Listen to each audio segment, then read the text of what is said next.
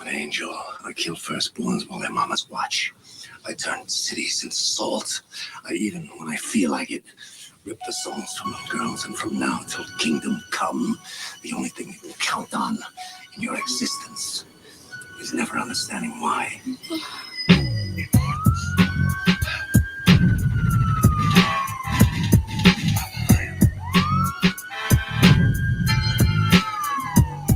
I'm surrounded by nothing but creeps to defeat. I swing my slice device twice in the heat like of the cattle, battle. slaughtering those who fathering ideas of wickedness, running up in their homes and businesses. Bodies burned to a crisp, bones crack like wits and sick. Many chose a slick wrist for their corruptness. So fast, bringing the ruckus, no one touches. Out the rule. Bear witness, Joel chapter 2. It's the TACA, they say he played for keeps. Shop description is ripping those with the mark of the beast. The principal chief's unique when it comes to truth. IQAhmath the type to snap you out like John Wilkes Booth. And busy fire running through the streets with the sledgehammer head, slammer, brain scrambler, and they got it all on camera with the 3 on spree. And it's all on tape. They sent the troops to review cause they go sum up on the rooftop by your car. Con. Here come the soldiers. Tazar's pinned up in the back throwing voters from the show. 2,000 pounds of pressure, I'm known as the aggressor with the will to kill, coming straight at your grill.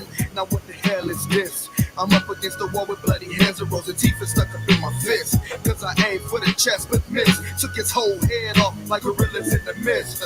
I gotta pause and laugh. I snatched 3 off my back and gave him a blood bath as I slashed across the parking lot. What they spark a lot of heat, killing everything in sight. They all suffering defeat. Roundhouse and foot sweeps, overturning jeeps. Lefty dome rolling down the street. Babylon can't match it. Works by the twin, golden hatchets. Plus arrows that rip your bone marrow, left him hanging dry like a scarecrow. The gate's narrow, but I'm not alone. His eyes taking heads with his hands of stone. Wigs blown like the bomb in Atlanta. All done by busy by the sledgehammer. Prophecy locked down like a slammer.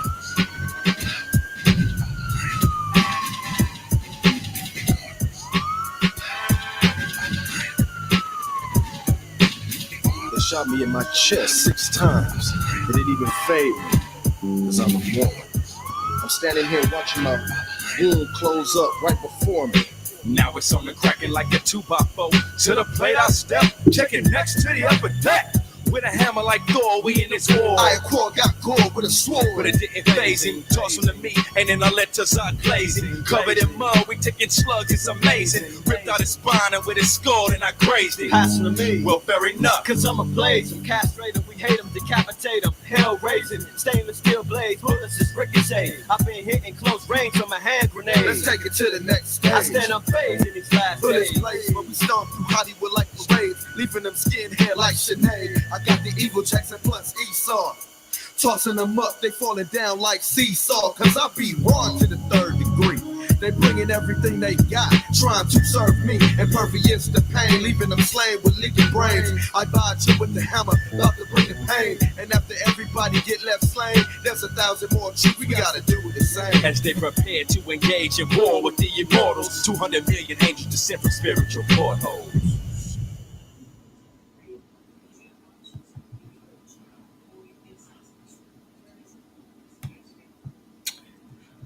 All right. Shalom, shalom. Peace. Welcome to another episode. Don't Shoot the Messenger. DSTM. Your brother Ahmath IQAhmath. First name IQ is all the same. I'm in the house with y'all. How's everybody doing? Hopefully everybody's well on the Shabbat, man. Let me make sure everything's solid. I've been having some tech issues. I don't know what's happening. Give me 1 second, y'all. I'll be right back.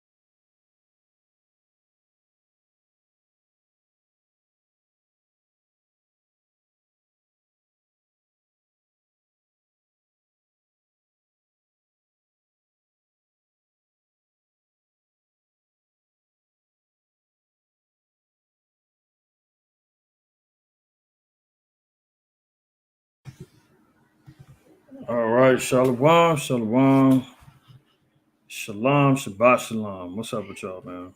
Hopefully everybody's well, man. It's a Sabbath. We made it. 7-day rest time, right? Who's in the house, man? From Egypt to Israel, Shalom, Mike. Shalom to you, good brother. Now I'm a Shalom to you, to the fam. Looks like maybe some of these notifications ain't going out. Either that or people asleep. They don't like these Friday Night Light sessions. Either that or there's some other Israelite content that's going on that's really cracking right now.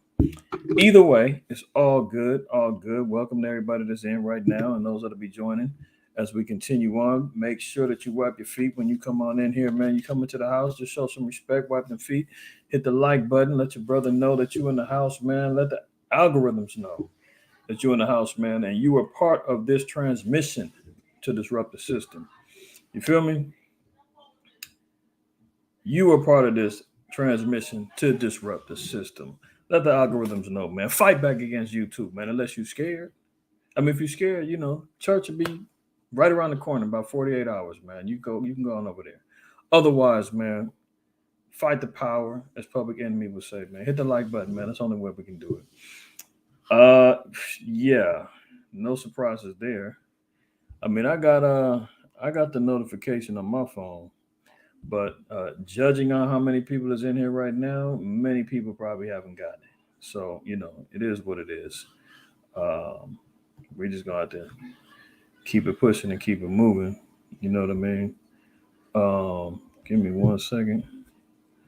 Let me check let me wipe my own feet. Okay.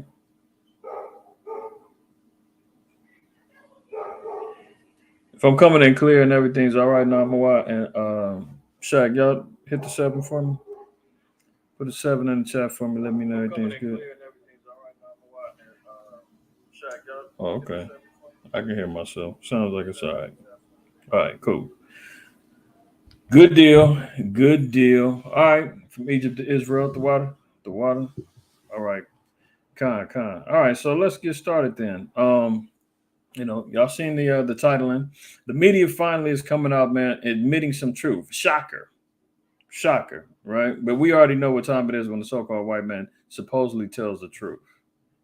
We know there's 7 abominations that he's cooking up behind closed doors, man, in his dirty, stinking labs, ready to come back with some more lies, right? Let's get that in Proverbs.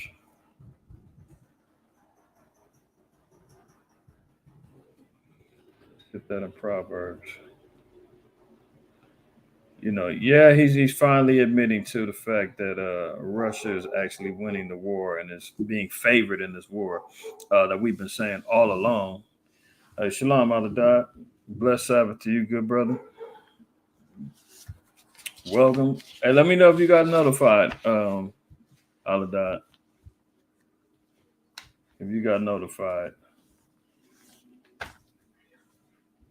through YouTube. We know the devil works, man. So when he speaketh fair, believe him not.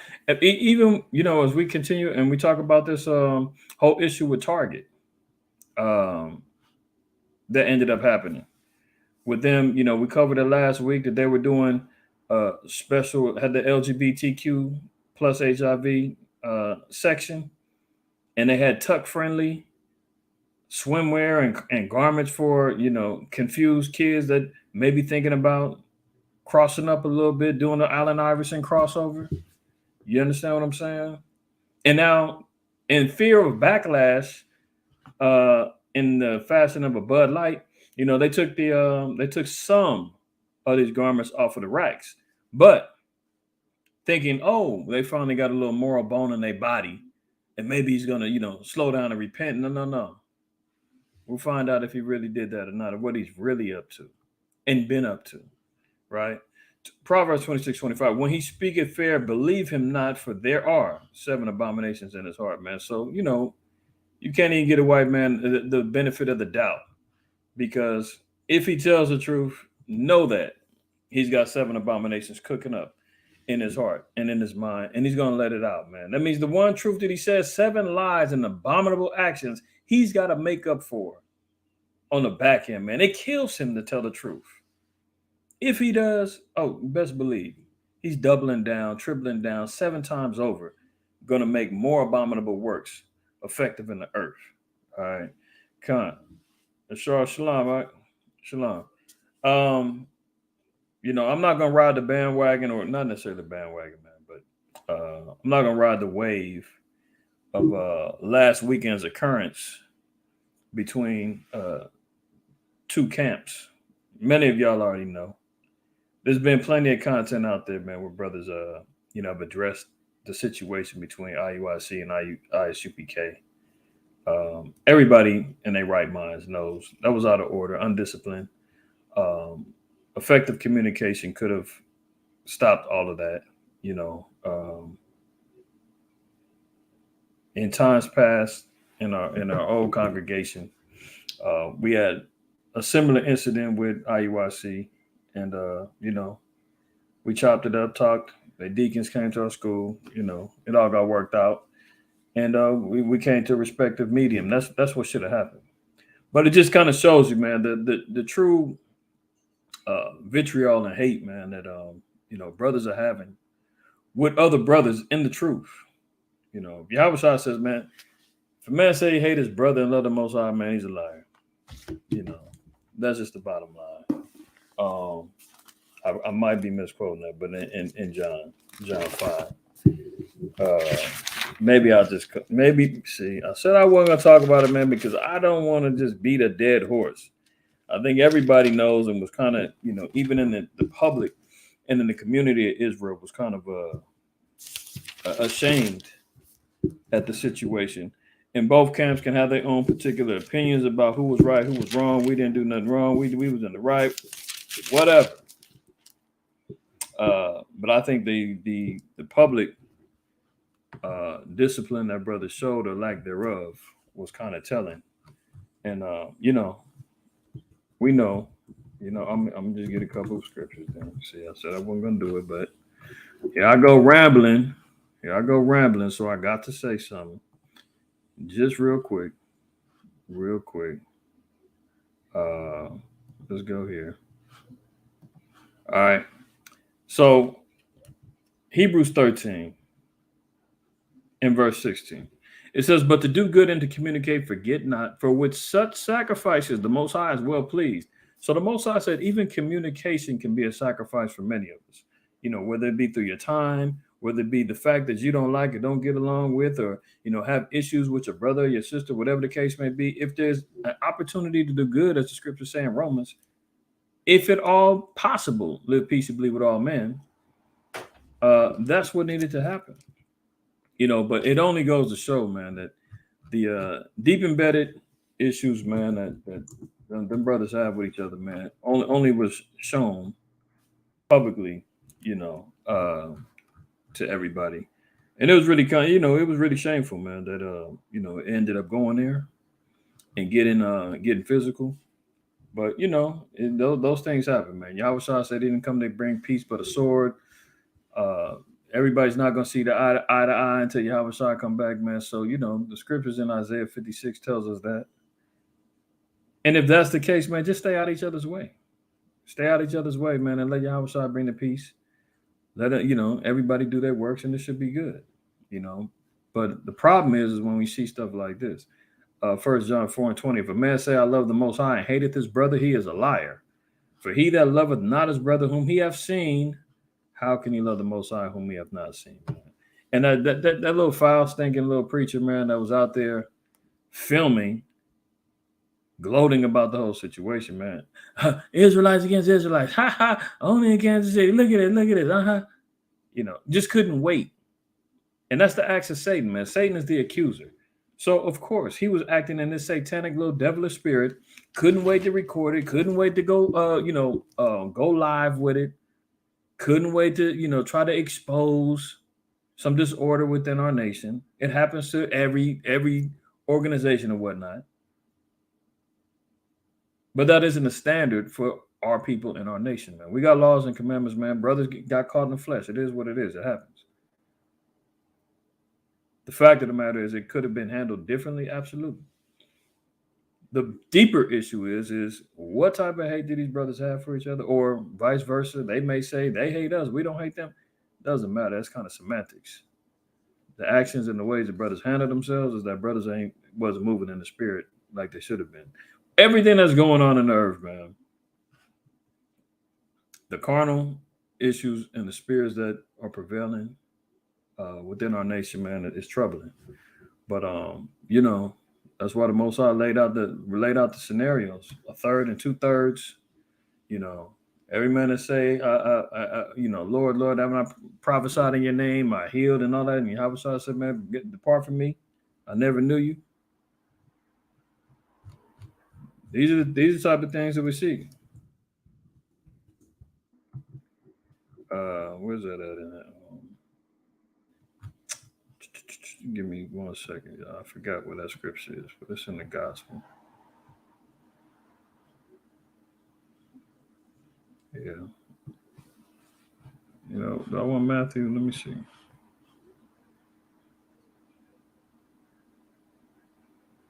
Yeah, let's look at Matthew.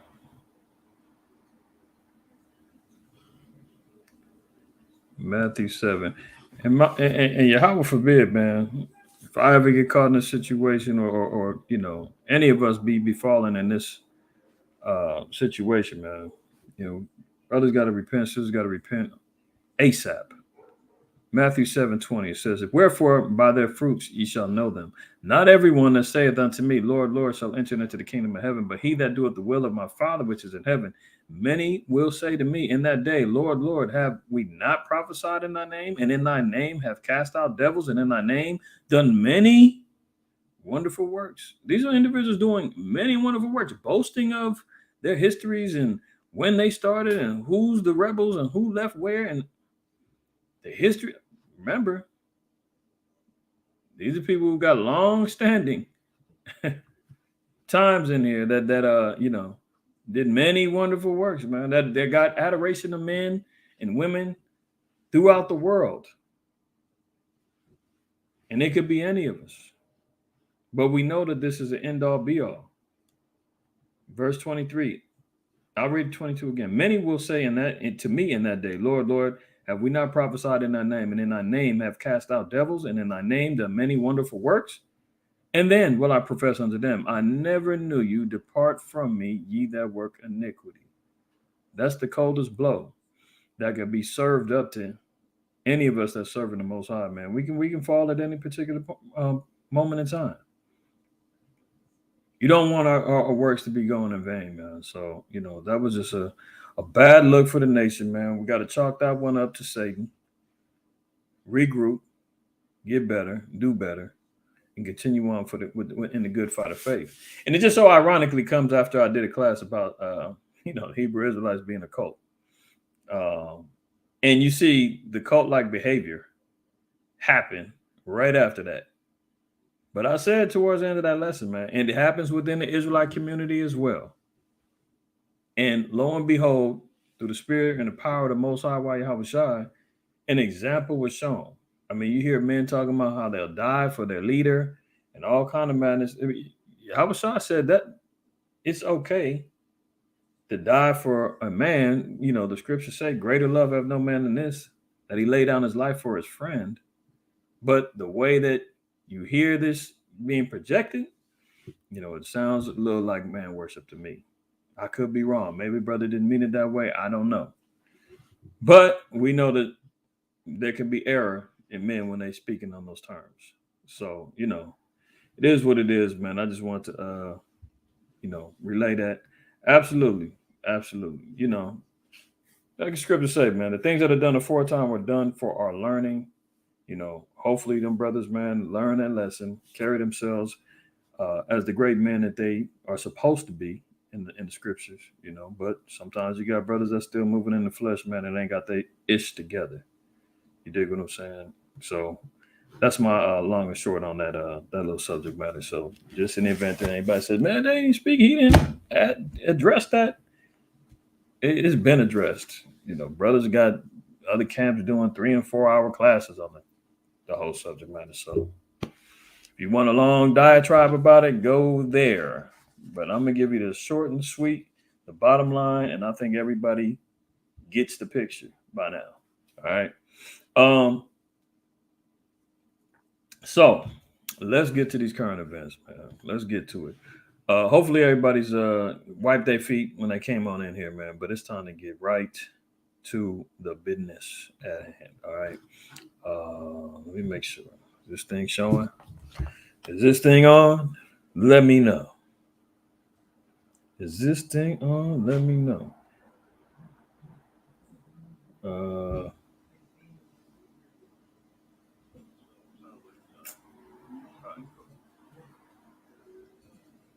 Is it not sharing? Let me see. It's not sharing. Okay, let me get back.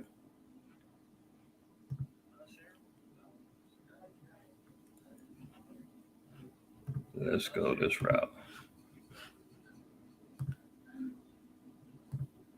All right, y'all. So here we go. Hopefully everybody can see. Let me make sure I'm sharing right. So I told you, man, Satan been acting a fool with my damn computer of late, but I do see it. Everything's good to go. 3, 2, 1, lift off. Here we go. All right, so here we see Esau finally coming out saying some truth, man. We've been talking about this for a hot minute now, about how there's disinformation, there's mockingbird media going on out there. And, I be saying that a lot, and sometimes I don't know if y'all even know what I'm talking about when I say mockingbird media. Hopefully y'all do. But if you don't know what I mean when I'm saying Operation Mockingbird, many of y'all know, but there are some who saying, why is he saying that? Okay. Let's just look at this real quick. Operation Mockingbird. Operation Mockingbird is an alleged large-scale program of the United States Central Intelligence Agency that began in the early years of the Cold War and attempted to manipulate domestic American news media organizations for propaganda purposes. Well. Notice it said during the times of the Cold War. So here we are in another quote-unquote Cold War or a proxy war, and they're utilizing the same tactics. You'll see some of the same headlines being put up by different various media news outlets. Some of the actual talking heads that's on TV are repeating and saying the same phrases, the same words in their little dialogues when they're talking or whatnot. It's very robotic. It's very obvious that they're being controlled, and they have talking points that have to be covered, and you cannot walk off the plantation or you'll find yourself like the Edomite that just lost his job over there at Fox News, Tucker Carlson. So as soon as you start walking outside of those written lines, and you try to color outside those lines, man, you out of here, and it will be obvious. And they utilize this particular operation during times of war because why? They want to manipulate. Operation Mockingbird. Where we at? Okay. According to author Deborah Davis, Operation Mockingbird recruited leading American journalists into a propaganda network and influenced the operation of the front groups. CIA supported the front groups was exposed. Why did they say alleged? Oh, if they got exposed. When in April 1967, Rampart's article reported that the National Student Association received funding from the CIA. In 1975, Church Committee congressional investigations revealed agency connections with journalists and civic groups. In 1973, a document referred to as The Family Jewels was published by the CIA containing a reference to Project Mockingbird, which was the name of an operation in 1963 wiretapping 2 journalists believed to be disseminating classified information. The document does not contain references to Operation Mockingbird. Okay. So, long story short, Operation Mockingbird was a CIA established project that they were recruiting journalists. They were giving them talking points to manipulate American news media organizations. Okay. So we've been seeing plenty of that throughout our times, looking at the news, seeing how things is bogus. Just look at the last health, the health scare that they've now declared over. The pandemic is over, but we'll see about that as we continue on this evening. if they're going to stand on that, or do they have something else traveling down the pipelines? We started off with Proverbs 26:25, so you already know what time it is, right? But here we go. A little lone wolf article coming out of MSN. Sad reality. Oh, it's a sad reality, huh? You see how they still put the twist on it? Because everything still has to be pro-NATO, pro-America, pro-Ukraine. And if you don't do that, there's trouble ahead. And remember, even I covered an article some months back where the government already declared the same type of standards that was coming out of Ukraine. Any information that came out of the Ukraine through media had to be cleared by the government. If not, it was going to be a problem.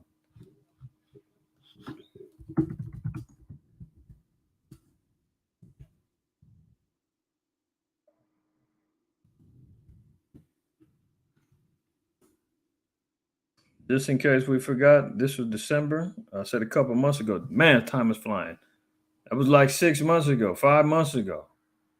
Zelensky signs controversial news media regulation. Yeah, because why? The government is controlling what's being said over there. Anything that comes out, news media has to be cleared through the government. Consolidated. You understand? And they say it's controversial. Expanding government power. Zelensky accused of censorship. See? Hey, but everybody's supposed to love this little troll right here, man. He's supposed to be the beloved of the world, man. The poor little Revelation 2:9 fake small hat leading Ukraine in this war. He's the David to Russia's Goliath. Everybody loves him, but here he is being a dictator. Let alone we know about the Nazi ties that all of them have. He said, "Well, he's a Jew. He's Jewish. How can they have not?" Come on, man. They phonies all around. Knock it off.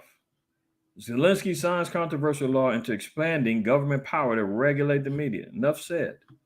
Okay. So here you got a little lone wolf man that jumped out the window and said, you know what, I'm going to color outside the lines. The sad reality, you still got a little caveat in there. Say it's a shame, but what? The Ukraine war is now going Russia's way. Well, it's been that way for a little while. This is why we read last week and we covered the issues of slow Biden backtracking on his words, talking about not sending tanks and planes and, American led forces over there. Now he's backtracking on all of that, and he's sending those F-16s, and he signed off on it. And he told all the nations, join in on the fray, get them F-16s out there because our boy is taking the L. Our boy is taking the L. See, hold on.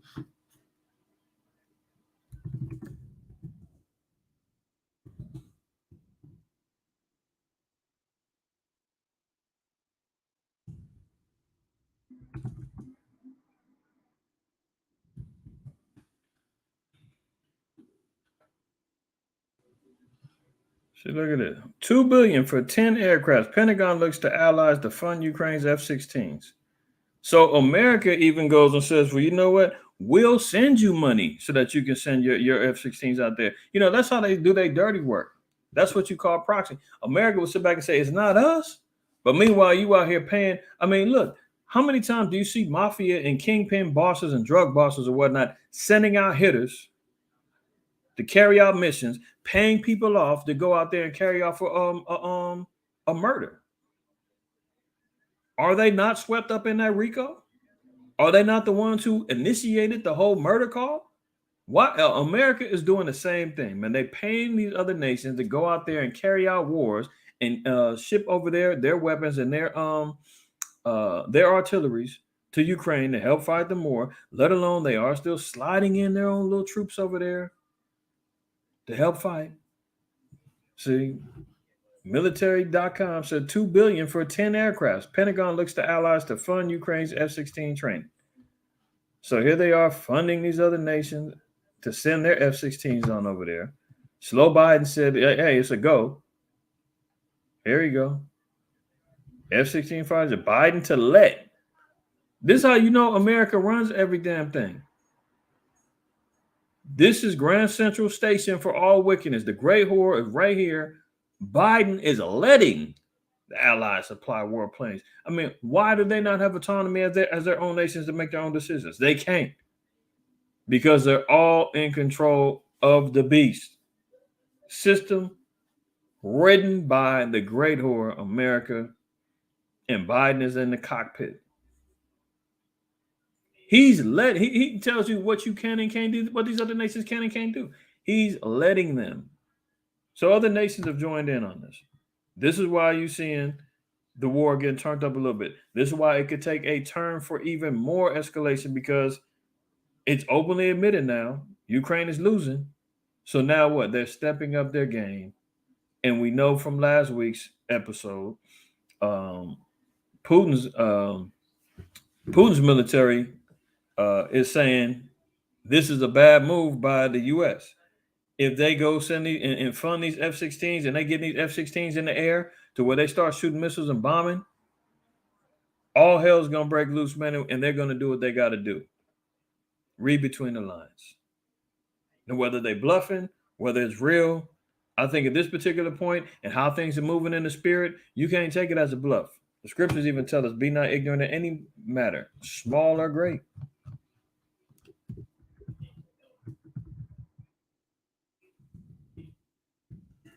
That's the problem with the heathen.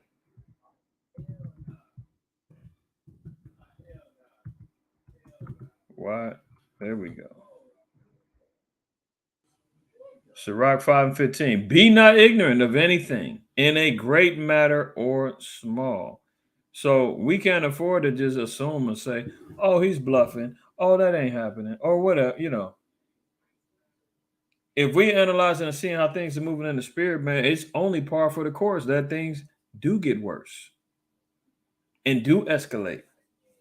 So because of the fact that Ukraine is losing, man, Russia, I mean, they're sending over more advanced weaponry, man, breaking their quote unquote word, because NATO and America can't afford to lose this one.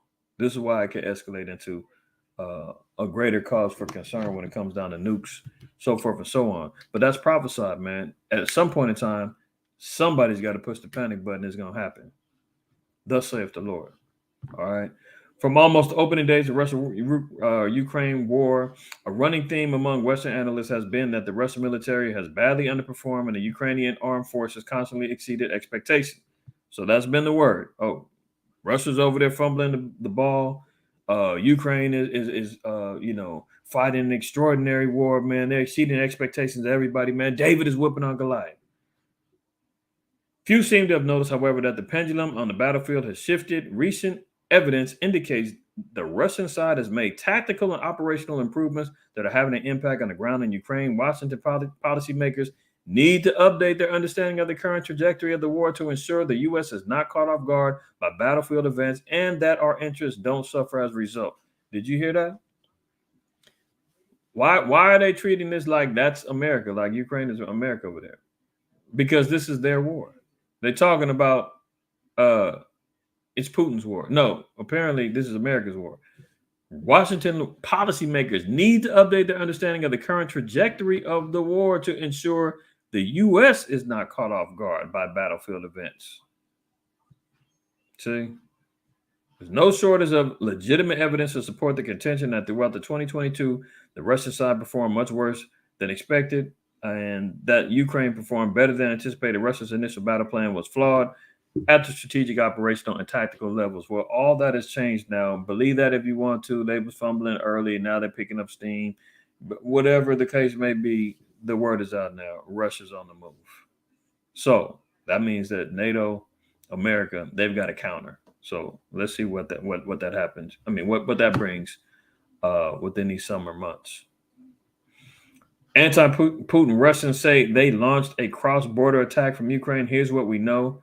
So you've got anti-Putin Russians. So now you've got some apparent defectors who are leaving Russia and are against Putin, and they're linking up with Ukraine, and they actually bombed Russia, or actually, had some invasions in Belgorod, which is an area in Russia. So now Russia actually is being under attack. The lands and settlements and the borders of Russia's being attacked. So the war now is not only in Ukraine, but now they're actually hitting up Russia. So now Russia, according to Putin, said that he will use all means necessary to defend his borders. So they've already started tapping on the door of his borders. Look at this. The images are arresting. Russian fighters aligned with Ukraine crossing the border into Russia's Belgorod region, seizing a checkpoint and sowing confusion and anger in Moscow. Residents of the settlements under attack in Russia's Belgorod region have been resettled in other areas as authorities continue clearing the territory. Now, look, notice anytime in the earlier stages, they were talking about that Russia was out bombing civilians and, lighting up apartment buildings and all that. Remember that? But notice how they just said that residents of the settlements are under attack. By who? Now, Ukraine is the one hitting up the residents in Russia. But why are they not blowing that up? How come they're not saying, hey, anti-Russian, anti-Putin Russians and Ukrainians out there bombing up the residents over there, man, and they running for and getting resettled. See, after the cross-border incursion that launched in Ukraine, regional governor Vyacheslav Gladkov said on Tuesday, but questions linger about the groups behind the attack, how it took place, and what it means for the war. Was this a classic piece of military sleight of hand, a brief show of force meant to confuse and distract Russian commanders? Does it signal the emergence of serious armed opposition inside Russia, or are there murkier forces at work? So, here's Esau obviously operating in all different kinds of confusion. Fact of the matter is, attacks are going on inside Russia's borders, and residents are getting hit up. And the media says that's cool, It's just showing you more how biased and how foolish the media is, man. And you can't listen to none of these fools, man. The hypocrite with his mouth destroyed his neighbor. Iran shows off its new ballistic missile capable of hitting Israel with a large payload. So Iran now is flexing its muscle. They're still in the fight. They're still showing off. We've covered on a number of occasions how Iran is in cahoots with Russia. They're stepping their game up, as they've supplied Russia with drones or whatnot.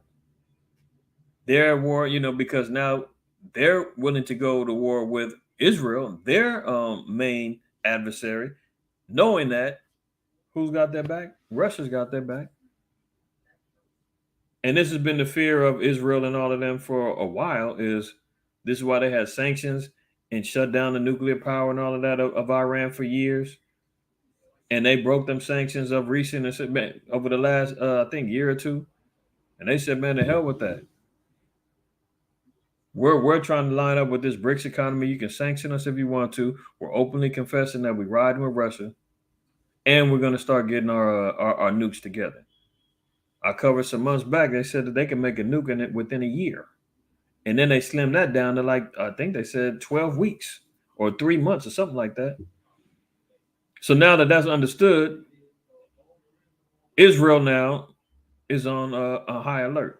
Iran on Thursday showcased a new long-range ballistic missile at the moment. Tensions with Israel at their highest in years. A Jerusalem Post headline on the same day reads, mounting tensions between Israel, Iran herald possibly military showdown. So here we got another war. They've already been throwing stones and, going at it with each other for a hot minute now. But now Iran is ready to start flexing a little bit. Right? So here they go. Wars and rumors of wars continue. Is Iran unlocking the gates to Armageddon? Oh, the question arises. Nearly a year ago, I warned in these pages that Israel and Iran were rapidly reaching an inflection point over Tehran, intent to weaponize its nuclear program. In June of 2022, Iran was reported to already have amassed 95 pounds of highly enriched uranium to a 60% level, well beyond the amount of mass needed for an atomic weapon, yet still short of the 90% enrichment required for Armageddon-like detonation. Why are they talking about Armageddon? Why are they using biblical terms? Very interesting. Why are they resorting back to biblical terms, because it's all biblical. The so-called white man, he's going to have to, come clean and acknowledge the fact that everything that is leading up to his end is all based upon biblical prophecy, judgment, according to the word of the Most High, right? And the deliverance of his children, the children of Israel, blacks, Native Americans, and Hispanics, man. Our redemption is nigh, okay? Let's see here. Revelation 16. And we see here, matter of fact, let's see.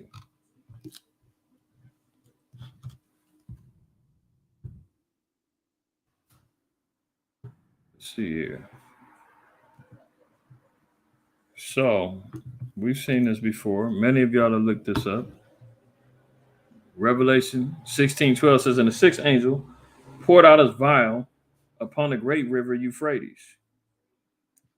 And the water thereof was dried up, that the way of the kings of the east might be prepared. So when this is understood, when the river Euphrates is drying up, as we're seeing here, it said that at this particular time, the kings of the east would be preparing for what? War.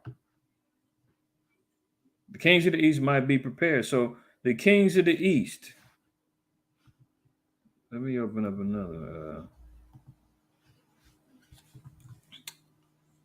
Second Ezra 15. You got many kings of the east. Got that. Got Iran. You got China. You've got Russia. You've got North Korea, South Korea, Japan. These are all the proverbial kings of the east as they are going in preparation for war. Let's get down here in 2nd Ezra 15. Let me open this up just a little taste. Open this up just a little taste. And let's look here. And let's start at verse. Let's get right to the point. And let's start at verse 20. Okay. So it says, behold, saith the Most High, I will call together all the kings of the earth to reverence me, which are from the rising of the sun, that's in the east, from the south and from the east, and Libanus, to turn themselves one against another and repay the things that they have done to them. Now, Libanus is Mount Lebanon. All right. So you can look that up.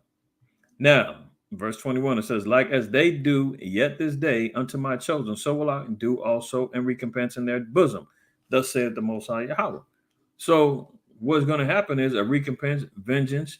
They're going to have to go to war so that we can be delivered. The scriptures tell us that the wicked shall be a ransom for the righteous.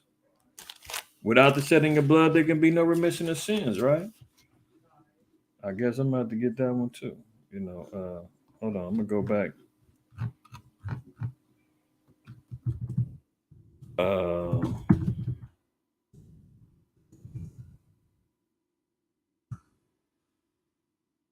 Yeah, there you go. Proverbs 21:18 says, the wicked shall be a ransom for the righteous, and the transgressor for the upright. So you wonder why 2/3 of Israel got to get put to death. You wonder why the nations have to go to war and they have to be destroyed. The earth has to be cleansed. It's so that we can be delivered. Right? The wicked has to be a ransom for the righteous. Now let's go back over here. So it says, like as they, in 2nd Ezra 15:21, like as they do yet this day unto my chosen, so will I do also in recompense in their bosom. Thus saith the Most High Yahweh. Because all the nations, north, south, east, west, has had us in captivity and bondage at some particular point in time in history. They have continually used and abused blacks, Native Americans, and Hispanics. They've continually gone by, calling us bywords, proverbs, so forth and so on, destroying us. That becomes a problem and an issue. Okay. So here you have it. My right hand, verse 22, my right hand shall not spare the sinners, and my sword shall not cease over them that shed innocent blood upon the earth. The fire is gone forth from his wrath, and hath consumed the foundations of the earth, and the sinners like the straw that is kindled. Let's continue. So it says, woe to them that sin and keep not my commandments, saith Yahweh. So once we see these things happening, this is the time, this is why the Most High called us to repent. Because everybody else, man, the scriptures say, man, all the sinners of my people shall die by the sword in Amos 9. So there is not going to be no, God hates the sinner, hates the sin, loves the sinner. No, that's all false. That's all lies. That's propaganda that the damn crackheads in church are saying, or I should say, the crack house churches. That's what the type of dope that they feed to their fiends that come in every Sunday, scratching and drooling, ready for a new Holy Ghost party, man, every Sunday. Telling them it doesn't matter, man. God hates the sin, loves you as a sinner, though. Come as you are, The Lord said, woe to them that sin and keep not my commandments, saith the Most High. So why are we why is this continual narrative about the laws is done away with? Destruction is happening, period. Okay, let's continue. I will not spare them. Go your way, you children from the power. Defile not my sanctuary. For the Lord knoweth all them that sin against him, and therefore delivereth he them unto death and destruction. So within the same realm, many of Israel is going to get put to death for defiance and rebelliousness and outright wickedness. Verse 28, behold a horrible vision and the appearance thereof from the east. Who do we hear about? Hold on, let's go back over here. Revelation 16. Come on now. That ain't what I'm trying to do.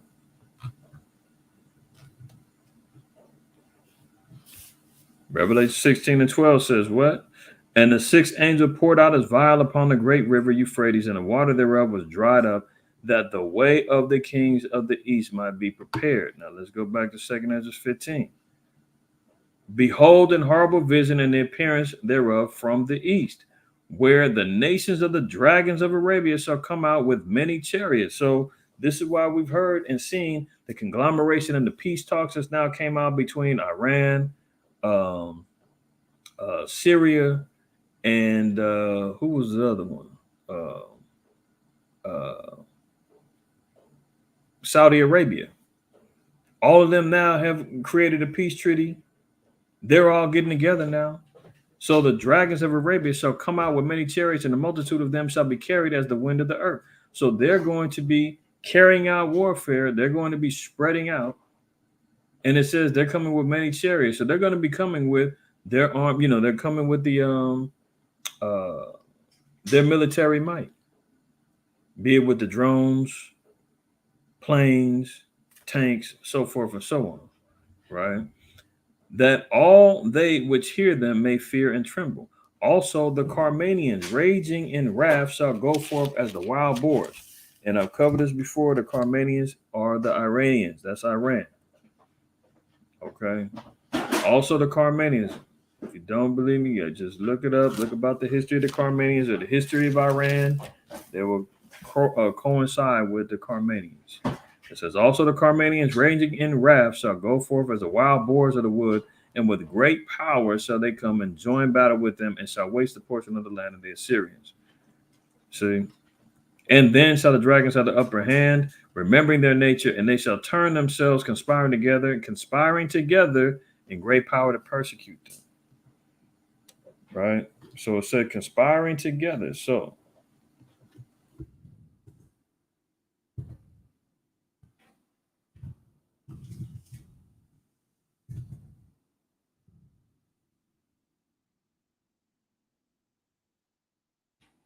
see, after Iran and Saudi Arabia, they reestablished ties with Syria. So conspiring together.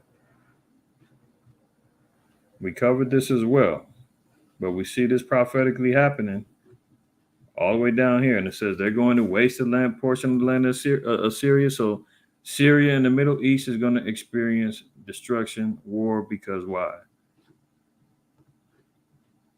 The seal has been opened up. Sixth seal. It says when the Euphrates is dried up, that the way of the kings of the east might be prepared. Okay. Now, reading down, it says, and I saw 3 unclean spirits like frogs come out of the mouth of the dragon. This is not talking about literal frogs. It's talking about the spirits. Just think about the nature of the frogs. You know, slimy, warts, jumping around, annoying. You know, this is why this is one of the plagues that hit in Egypt.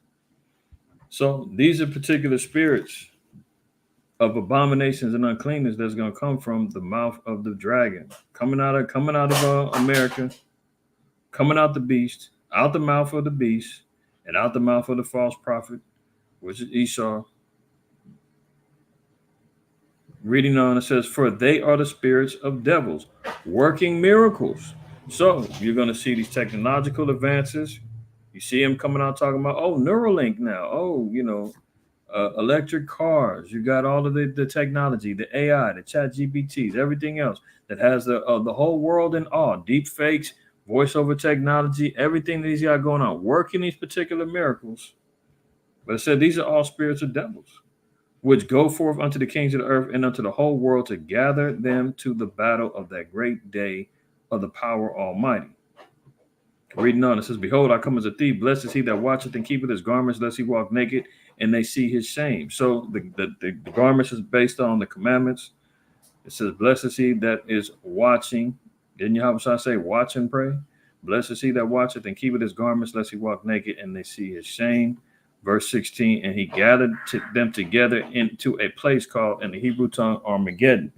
So this is a place in the Middle East, similar to Megiddo of the Old Testament, of where we're going to see this particular judgment happen. We covered this one time too. Look at Joel. This Armageddon is going to be in the Valley of Jehoshaphat. Okay. So it says, verse 9, Joel 3:9, proclaim ye this among the Gentiles, prepare war, wake up the mighty men, let all the men of war draw near, let them come up. So this is why we just got to reading about the kings of the East all gathering themselves together. They're all creating these particular peace treaties. Iran now has just came up and said, well, we've got this ballistic missile that we're getting ready to, test out. It's got Israel over there shook up. So now you see Ishmael and his cohorts are over there drumming up war. They've aligned themselves with Russia and China. So we see where the lines is drawn. We see where one opposition of the world war is going to come from. And then we see America, NATO, and its allies and where they're coming from. And everybody's at the starting lines right now, waiting for the pistol to go off. On your mark, get set. That you know what I'm talking about? That thing. They're all doing that. So Yahweh said, all the mighty men draw near, let them come up. Beat your plowshares into swords and your pruning hooks into spears. Let the weak say, I am strong. Assemble yourselves and come, all ye heathen. So this is amongst the heathen that's going to be doing this. This is why we're reading about these heathen and all of the warfare that they got happening right now. And gather yourselves together round about thither, cause thy mighty ones to come down, O Yahweh.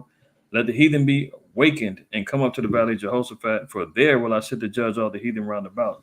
So once they come together, they're going to try to come together not only for individual war, for World War III, but then the deciding factors of World War III, the remaining nations is going to be brought together, and they're going to try to fight against Christ. That's according to Revelation 12 and according to Revelation 17. They're going to try to make war with Yahushua. But they said they're going to be rounded up and they're going to be judged. Verse 13, put ye in the sickle, for the harvest is ripe. Come, get you down, for the press is full. The fats overflow, for their wickedness is great. Multitudes in the valley of decision, for the day of the Lord is near in the valley of decision. All right. So, not to go off on a long diatribe on that about Armageddon, but just to see them using biblical terms in mainstream media now. They've got to admit that this is biblical in nature, what we're going through and what we're seeing before our eyes in real time.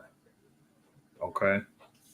So that's covering this. Let's continue. Nuclear apocalypse. More likely if the West continues to supply Ukraine with increasingly powerful weapons, Putin crony warns. So the threat is out there that if the West i.e., America, NATO, if they continually supply weapons to Ukraine for this war, they're threatening with a nuclear apocalypse. Now, we've heard this type of rhetoric before, and they haven't yet to push the panic button, and America keeps pushing the issue. So now that we see that Biden lied and said that he wasn't going to send planes over there, he wasn't going to send tanks, and now he's did all of that. Now he's actually calling the bluff of Russia. So are they going to call their bluff? Well, according to prophecy, they will eventually. Whether it happens tomorrow, next week, next year, 5 years from now, one of these days, America's going to push too far and Russia's going to retaliate accordingly.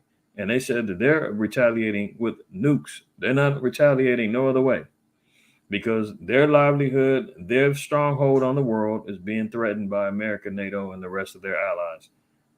And they have no other choice. The history and the legacy of Russia as being a quote-unquote superpower is at hand. You think that Esau, them Edomites over there, they're going to give it up? And just say, okay, you know what? Forget it. We lost. We're going to surrender to the beast and the great whore, and we're going to let them take it. No, they're not going to do that. That's not what the scriptures say. So eventually, that's where it's going to be headed. So with the escalations that America keeps pushing, Russia's saying, okay, you asking for nukes then. We'll see. I don't know if y'all seen this the other day. Missouri teenager Cy Rashith Kandula, 19, told the FBI he wanted to kill Biden and take over after crashing a U-Haul truck in the White House security gates while carrying a swastika flag. Now, if y'all remember a couple of weeks ago when they just had those migrants, so-called migrants, our people, that they were flooding in and allowing in, right? And then they had that 10 tribe cat that ran them over at the bus stop. And, the cat at the mall, 10 tribe cat at the mall that shot and killed them 8 people at the mall. And they said that he was a neo-Nazi. You know, this is the new face of the neo-Nazi. You see how Esau is, man? No longer the neo-Nazis is white no more, man. They're Hispanic and they're East Indian. See how he just switches everything up? Esau is so slick, boy. So this guy right here, apparently he's a Nazi now. You know, this is the face of the neo-Nazis. Cy Rashith Kandula, 19-year-old man. He, rented a U-Haul truck, man, crashed out, said he was trying to take over. He's trying to get by, man. This is the type of, maniacs, man, that they get wound up high on who knows what, man, to try to distract everybody that, now ain't nobody, people are slow talking about the debt ceiling. People are slow talking. Once that F-16 information came out and people was calling Biden a hypocrite, something's got to go down, man, so we can calm everybody down. See, that's how the so-called white man utilizes that media. He utilizes the internet. He utilizes AI. He utilizes everything to create distractions, to desensitize everybody to things that's happening in the world. That's what's so cold, man, is that he's so devious, man, with this internet and movies and everything else.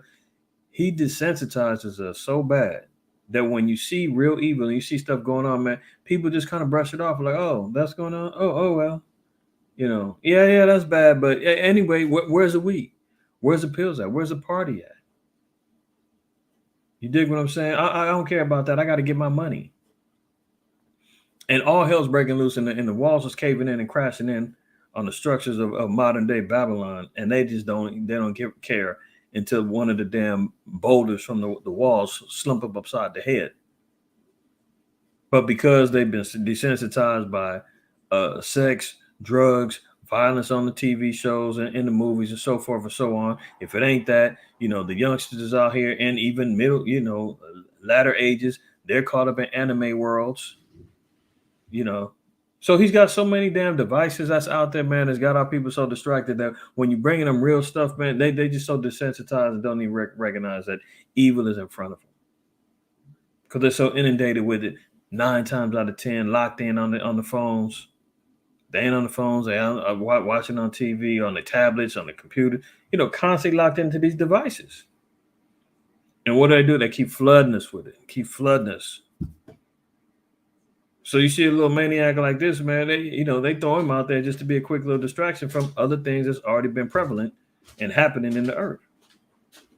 you know, from the issues with the war, with the economy, with the layoffs and everything else that's happening, you know, and then they go and quickly slide in there and say, oh, well, you know, Hispanics now the new Nazis. Or this little East Indian cat, man. Oh, he had a swastika flag over there as he tried to assassinate Slow Biden. I mean, if the dummy was already kind of locked in on the spirit, man, he would have known Slow Biden wasn't even there. So he's from Missouri. Crashed a U-Haul truck into the White House security barriers last night. Has been charged with trying to kill, kidnap, or harm the president, vice president, or a family member. After crashing the vehicle, he jumped out of the van and started waving a Nazi flag. So let's let you know, man, this dude was either hired man or he was a damn plant. You know. But this is what they're saying, to take the eyes off of the so-called white man being the Nazis and the damn neo-Nazis and the right-wing extremists. Oh, they're saying it's the East Indians and the Mexicans now. Unbelievable. Let's continue. Look at this. Who? That's a play on words. Speaking about the World Health Organization, who do you think you are? Outrage. Remember we talked about this earlier. I said we'll look at it, right? But they said that the pandemic was over worldwide. It's no longer a threat, man. Everything can go back to normal.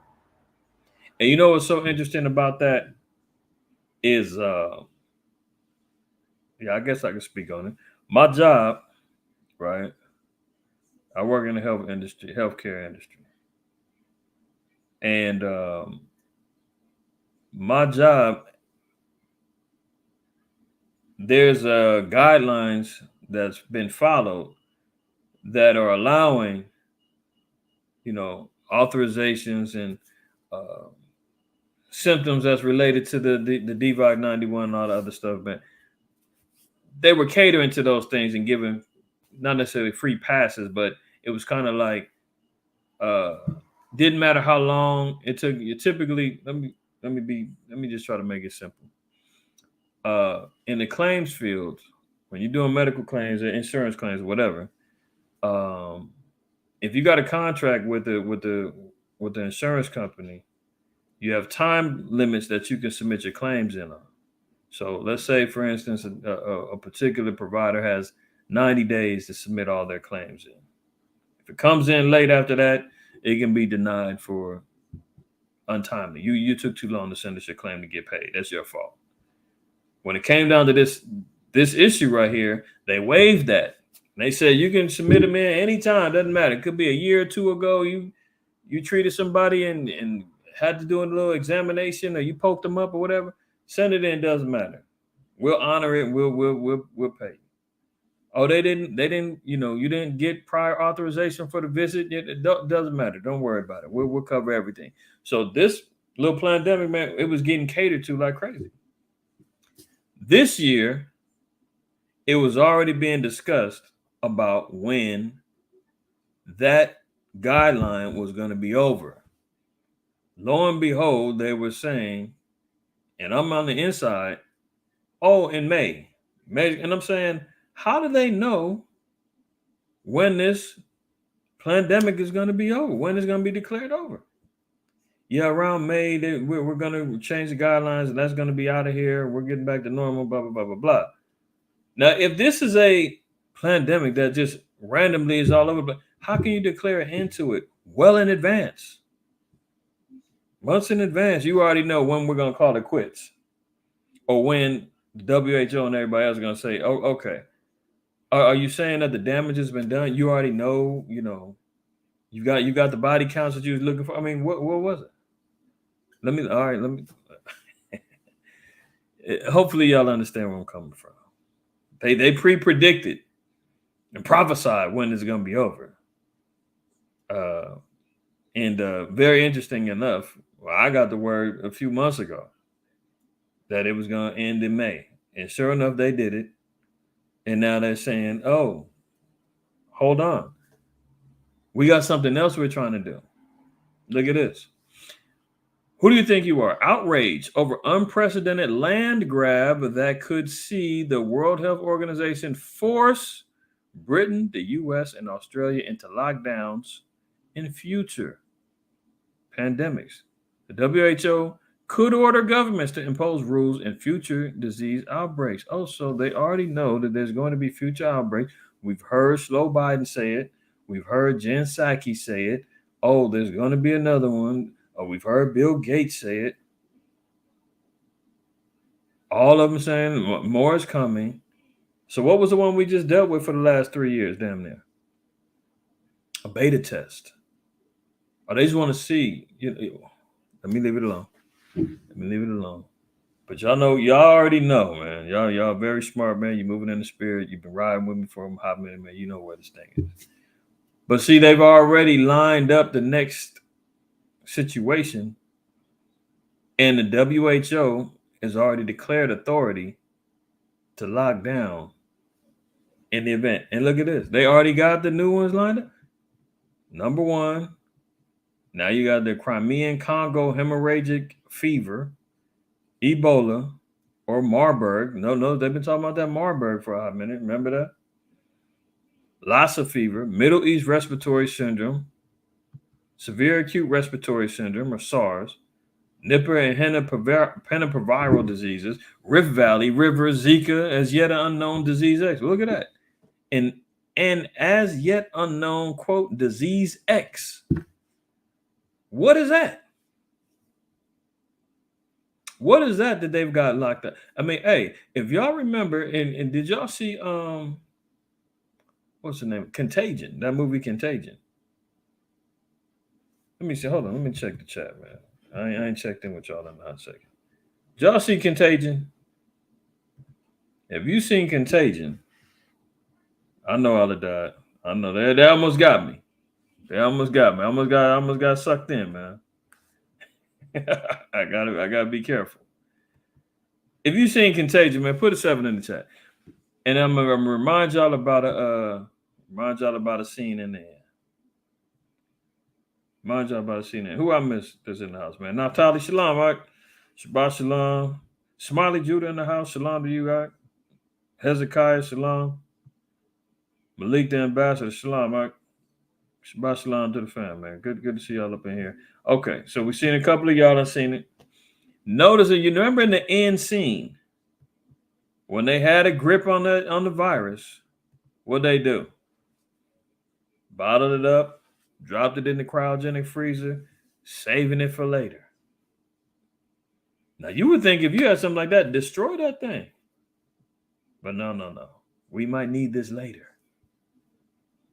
Remember, the CDC is the Center for Disease Control. So who's controlling the diseases? Oh, okay. All right. Devil's in the details. Let me get out of here before I get in trouble. Prepare for a disease even deadlier than the the WHO chief warns. So not only do we see the groundwork's being laid down where they're telling us, the WHO has already did an unprecedented land grab to where now they can claim rights in Britain, the US, and Australia, and they can force you to get locked down again for the next future outbreak. And guess what they said? Prepare for a disease even deadlier than that last thing. And then we see something called disease X. Good Lord, man. What is this guy up to, man? What is this heathen up to? The writing is on the wall. Y'all see it. Okay. WHO Dr. Tedros said that the threat of another pandemic can't be kicked down the road. Can't be done. He said, no, don't think it's coming down the line in the future somewhere. Can't just push it along. He unveiled a new global scheme to spot and track the most dangerous pathogens. Oh, isn't that nice of him? The planet should be ready for a disease even deadlier than the DVOC thing. The head of the World Health Organization warned yesterday. Tedros Adhanom Ghebreyesus told the World Health Assembly Forum that the threat of another public health crisis could not be kicked down the road. He also claimed that despite the darkest days of the pandemic being consigned to history, a doomsday new variant with the power to send the world back to square one could still spawn. See, he's not done. He's not done. From yeah, you see it. You see it. Let me move on. Millions are told to get ready to evacuate as one of the world's most dangerous volcanoes in Mexico is set to erupt with smoke, ash, and molten rock, already spewing into the sky, grounding planes, forcing nearby schools to close. So Mexico got hit with a volcano early in the week. Let's look at we see how the Most High is upset with the earth, man, and what's going on right now. Let's look at Isaiah 63. No, I want 64. Isaiah 64 and 1. It says, "Oh, that thou wouldest rend the heavens, that thou wouldest come down, that the mountains might flow down at thy presence." So, watch this and tell me what y'all think and what you hear. So, the nations, this could be metaphorical for the nations or what have you. But even look at this. Oh, that thou wouldest, but at the same time, we got to look at it in the physical too. Oh, that thou wouldest rend the heavens, that thou wouldest come down, that the mountains might flow down at thy presence. Look, verse 2. As when the melting fire burneth, the fire causeth the waters to boil. Notice how when you see a lot of these volcanoes, you got some that's underwater that actually cause the water to boil. You got some that's in Hawaii, Mount St. Helens. You got all of them around here, Mexico. But imagine when a volcano goes off, the waters is going to boil, the lava. To make thy name known to thine adversaries, that the nations may tremble at thy presence. When thou didst terrible things which we looked not for, thou camest down, the mountains flowed down at thy presence. So Mexico, man, got millions in evacuations, ash, dirt, the air quality is all jacked up over there, man. Why? Because what? The earth is in mourning, man. The earth is all jacked up right now. Isaiah 24. We'll start at 1, we'll read down to 4. Behold, the Most High Yahweh maketh the earth empty, and maketh it waste, and turneth it upside down, and scattereth abroad the inhabitants thereof. And it shall be as with the people, so with the priest, as with the servant, so with the master, as with the maid, so with the mistress, as with the buyer, so with the seller, as with the lender, so with the borrower, as with the taker of usury, so with the giver of usury to him. The land shall be utterly spoiled, shall be utterly emptied and utterly spoiled. For the Most High has spoken his word. Verse 4. The earth mourneth and fadeth away, the world languisheth and fadeth away, the haughty people of the earth do languish. So all those that come against the Most High is going to face judgment, man, and it's going to come through disruptions in the earth. The earth is now fading away, wearing itself down, getting broke down. All of the damn things that's going on within the earth, from tornadoes, typhoons, earthquakes, floods, droughts, volcanoes, you name it. And America is going to end up really, reaping what they sown. Remember, Mexico is part of America. And here we see they're getting hit. So millions had to evacuate over there. Mexican authorities on Sunday raised the warning level for the Popocatépetl. I can't pronounce it right. Select. But anyway, volcano to one step below red alert as smoke, ash, and molten rock spewed into the sky, posing a risk to aviation in far-flung communities below. The huge volcano that towers above Mexico City is considered one of the most dangerous in the world because some 25 million people live within a 60-mile radius. Sunday's increased alert level to yellow phase 3 comes a day after 2 Mexico City airports temporarily halted operations due to the falling ash, which also forced 11 villages to cancel school sessions. So you got 25 million people within that radius, man. Now, millions of them people displaced. Imagine the air quality, the food, the agriculture that's got jacked up right now. So expect some real issues coming out of Mexico, especially if this thing blows even worse, right? So let's keep an eye on that one. Hopefully y'all seen this, man. This right here disgusted me to no end. You know, we know about Tamir Rice. I believe he was a 10-year-old out of Ohio. Cop shot him. He's playing by himself in the damn playground. Y'all remember Tamir Rice? Around the same time that a little bit after Trayvon Martin got killed. Cop pulls up on him, man. Thought he had a real gun, shot him.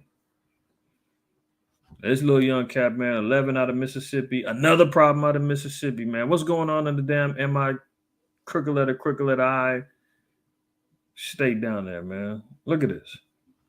Now to the case in Mississippi. The 11-year-old boy shot in the chest by a police officer after that boy had called 911 for help. Did you hear that?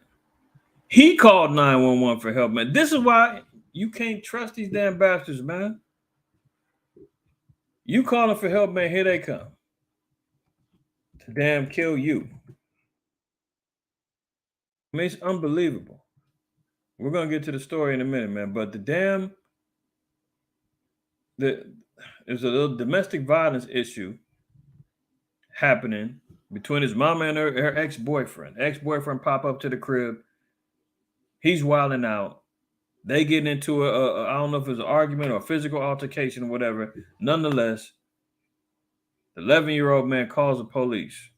He's trying to get help for his mama. Cop shows up, gun drawn, telling everybody, come out the house with your hands up. The kid is the first one that comes out, and the damn cop just shoots. Unarmed.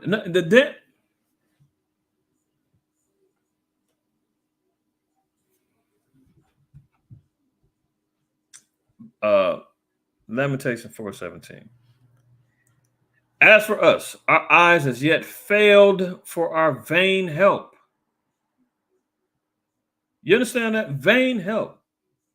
And you wonder why people don't trust the police, man. You wonder why people don't, and I don't want to hear about that. It's not all cops, man. There's some good cops out there, but they're complicit with the bullshit. None of them standing up, man. They're hiding behind that blue shield code where they got each other's back and all of that. You got brothers that's up in there, man. You got gangs, especially out here in California, man, from different from sheriffs. I believe they had one in Linwood. The Linwood Police Department had undercover gangs in there, man. They in the COs in the jails. And in the prisons, man, they got gangs in. I mean, it's unbelievable. And they got the nerve to have protect and serve. Your tax money is paying these mofos salaries, right? To do this type of madness to our kids and to our youth and to our brothers and sisters out there, man. Protect and serve. Well, who are they protecting and who are they serving? They're protecting the property owners, the white man, his buildings, his apartments, the homes that he has, his businesses, so forth. He's protecting them. They're okay. And they're going to serve you so-called Negroes and Hispanics with hot lead, batons, and mace for your ass. Verse 17 again. As for us, our eyes as yet fail for our vain help. In our watching, we have watched for a nation that cannot save us. They hunt our steps that we cannot go in our streets. Our end is near. Our days are fulfilled, for our end is come. Our persecutors are swifter than eagles of the heaven. They pursued us upon the mountains. They laid wait for us in the wilderness. They're constantly on us, man. Even when you calling them for help, man, this little dude got shot. All praise to the Most High, man. The Most High had a little guardian angel over him, man, because he survived. But let me play it. I ain't gonna stop. Now to the case in Mississippi. The 11-year-old boy shot in the chest by a police officer after that boy had called 911 for help. How friggin' threatened could you be by an 11-year-old boy, man? How scared are you? Goddamn cowards, man. Pull up an 11-year-old Jake, man. You that damn intimidated, and he called you for help? Tonight, the investigation, the calls for action, and of course, the question, how did this happen? Here's ABC's Steve Osunsami now. No justice, no peace. In the middle of the Mississippi Delta. And then see, and this is why it's all bad, because they go and get some more effeminate lawyer out there and some more fake activist with a limp wrist trying to hold up his damn. I mean, come on, man. How the hell are you going to get justice like that? Good Lord, man. Do you hear the damn lisp in the dude's voice, man? I mean, he's trying to, I got to be nice, man. He's trying to defend and stand up for justice for, you know, this family. I mean, but come on, man. Listen to the damn lawyer. Tell me now. No justice, no peace. In the middle of the Mississippi Delta tonight, friends and family of an 11-year-old police shooting victim are marching on City Hall in Indianola, calling for the firing of one of their police officers. On Saturday, 11-year-old Adarian Murray. Did you hear that? The firing? Not the attempted murder charge, not the arrest. Oh, just fire him so he can go get another job at another damn county or district. You know how that works. As of right now, the damn cop is suspended with pay. He was shot in the chest inside his own home by an officer who was responding to a call for help. This boy was unarmed. He had nothing in his hand, so he could not have perceived a threat. The issue was with his mom's ex-boyfriend, who she says for help. This boy was unarmed. You want him defending you? I'm sorry. He had nothing in his hand, so he could not have perceived a threat. The issue was with his mom's ex-boyfriend, who she says was violent with her before and showed up at the home again around 4 a.m. Her son, who was woken up by the fighting, was one of the people who called police. So authorities knew there were children in the home. Once he was like, come out with your hands up, at that moment is when my son came out. Why the officer then fired his gun and why he pointed it at the child is unclear, and city police aren't commenting at this point. You're asking someone to come out with their hands up, but you're shooting. I don't understand. But in a statement, the Mississippi Bureau of Investigation says that after the gunfire, the boy received significant injuries and had to be transported to a local hospital. He was like, I don't want to die. That's what he was saying. While I was on the ground, I said, you're not going to die, baby. You're not going to die. Just keep talking. Tonight, his mother wants the police officer charged. Her son had a collapsed lung and a cut on his liver. The mayor says that the officer who shot him has been suspended. No word yet on what happened, if anything, to the ex-boyfriend. David? So many questions on this case, Steve. Thank you. Unreal, man. I mean, how thorough are they doing these investigations, man? You don't know what happened with the ex-boyfriend. We ain't seen who the cop is, man. So in all fairness, it could be some damn rogue nigga cop that did it. I don't know. Hopefully it wasn't. So that the narrative of the damn white man constantly hunting our steps and trying to kill us all the damn time can stand and reign supreme. But if it was some old coon Uncle Tom cop, man, let his ass get hung too. But this is crazy. All we know is he's suspended. We don't know who the cop is, man. They don't want to put none of this information out there. And this is what happens when you get some old soft, effeminate lawyer, man, who ain't pushing the issue. But let me digress, man. Let me move on. But that's a sad case, man. That's a sad case. Hi, everyone. George Stephanop. Get out of here. So when this is going down, right? Where's so-called Black Lives Matter when you need them? Where are they at? How come they not immediately down there marching? And someone gets, where are you at, nigga? Why you ain't coming down there? Oh, I'm not in Mississippi, man. Didn't Black Lives Matter have chapters all over the damn country? Didn't they have plenty of money to start shipping all of their little crowd control members down there and really rile them? Oh, they don't have the money no more. Oh, look at this. Black Lives Matter is headed for insolvency after plunging $8.5 million into the red. Oh, so all that money, George Soros and all the donors and all the Hollywood that was giving the money and riding the wave. Oh, when Patrice Cullors was buying them houses and paying her brother millions of dollars to be security and her sister $1.1 million for quote unquote consulting. They got the bag and got spoiled with it, man. That's what happens when you get these old corrupt Negroes, get a little bit of money that don't have no damn intentions on being there for your people. It was all compromised And that's what happens when the Mossad jumps up in there and starts spoiling the plot, because they got overran by the sodomites and the trans community under the guise of we're here for Black lives. We know that ain't the case. And now they bankrupt. Now they got to file for bankruptcy. They squandered multi-millions of dollars. And they're $8.5 million in the red. Where is all the money? What was they doing with it? Now you see the corruption, man. Now you see the foolishness. Black Lives Matter is headed for insolvency after plunging $8.5 million into the red, but founder Patrisse Cullors' brother was still paid $1.6 million for, quote, security services in 2022, while sister of board member earned $1.1 million for, quote, consulting. Black Lives Matter Global Network Foundation, a nonprofit that grew out of the protest movement, is hemorrhaging cash. Financial records show the group ran an $8.5 million deficit and saw the value of its investment. Accounts dropped by nearly $10 million, with fundraising down 88% year on year. Well, guess what? Because they wasn't needed to push the democratic issue, put the little democratic issues out there. Remember, they was all heavy. Every time it's an election year, they come, they pop out. They got heavy funding because they were trying to get rid of Trump. They was riding that wave, and here they was riding with slow Biden. They did it with Obama. The Democrats use them, man. They like pet rats or something. So as they drop a little cheese out there, man, they make them do flips and all of that. And then they still utilize them to push another agenda, which we know is the LGBTQ, Scrabble gang, HIV plus minus community. So they got the bag, they fumbled it up, and now they're broke.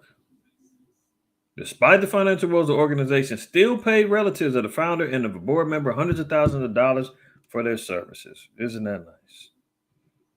So that's over with. But don't worry, election year is coming up next year, man. They'll find some cause to rally around. They'll get the money back up again. If it ain't under Black Lives Matter, they'll create some new arm of Hydra and go to get out there and do their thing. Rest assured. Now look at this. Look at this. This is what I said, man. Are people hypnotized by technology, trusting in the wizardry, the sorcery, and the satanic influences that this technology brings? I mean, because bottom line, it's witchcraft, whether we like it or not. It is what it is. It's sorceries that's going on. Now you've got people relying on, quote unquote, Google to tell them what sexual orientation they are. I thought you was born that way. I thought these were all things that's like within you. Why do we have an increase in the searches in Google, asking Google and Siri and goddamn AI if you gay or not? Or are you lesbian? Or are you trans? And now you're going to allow a pre-programmed IT tech system, man, that's already pro spiritual Sodom to give you identifiable answers where algorithms is automatically going to give you what you want to know. Am I gay? Related Google searches soar 1,300% in 19 years. See how it's accelerated? Google searches related to personal sexual orientation and gender identity have skyrocketed since 2004, according to new research. So people are trusting in AI to tell them whether or not they're gay. Can you imagine? See, going back to Romans.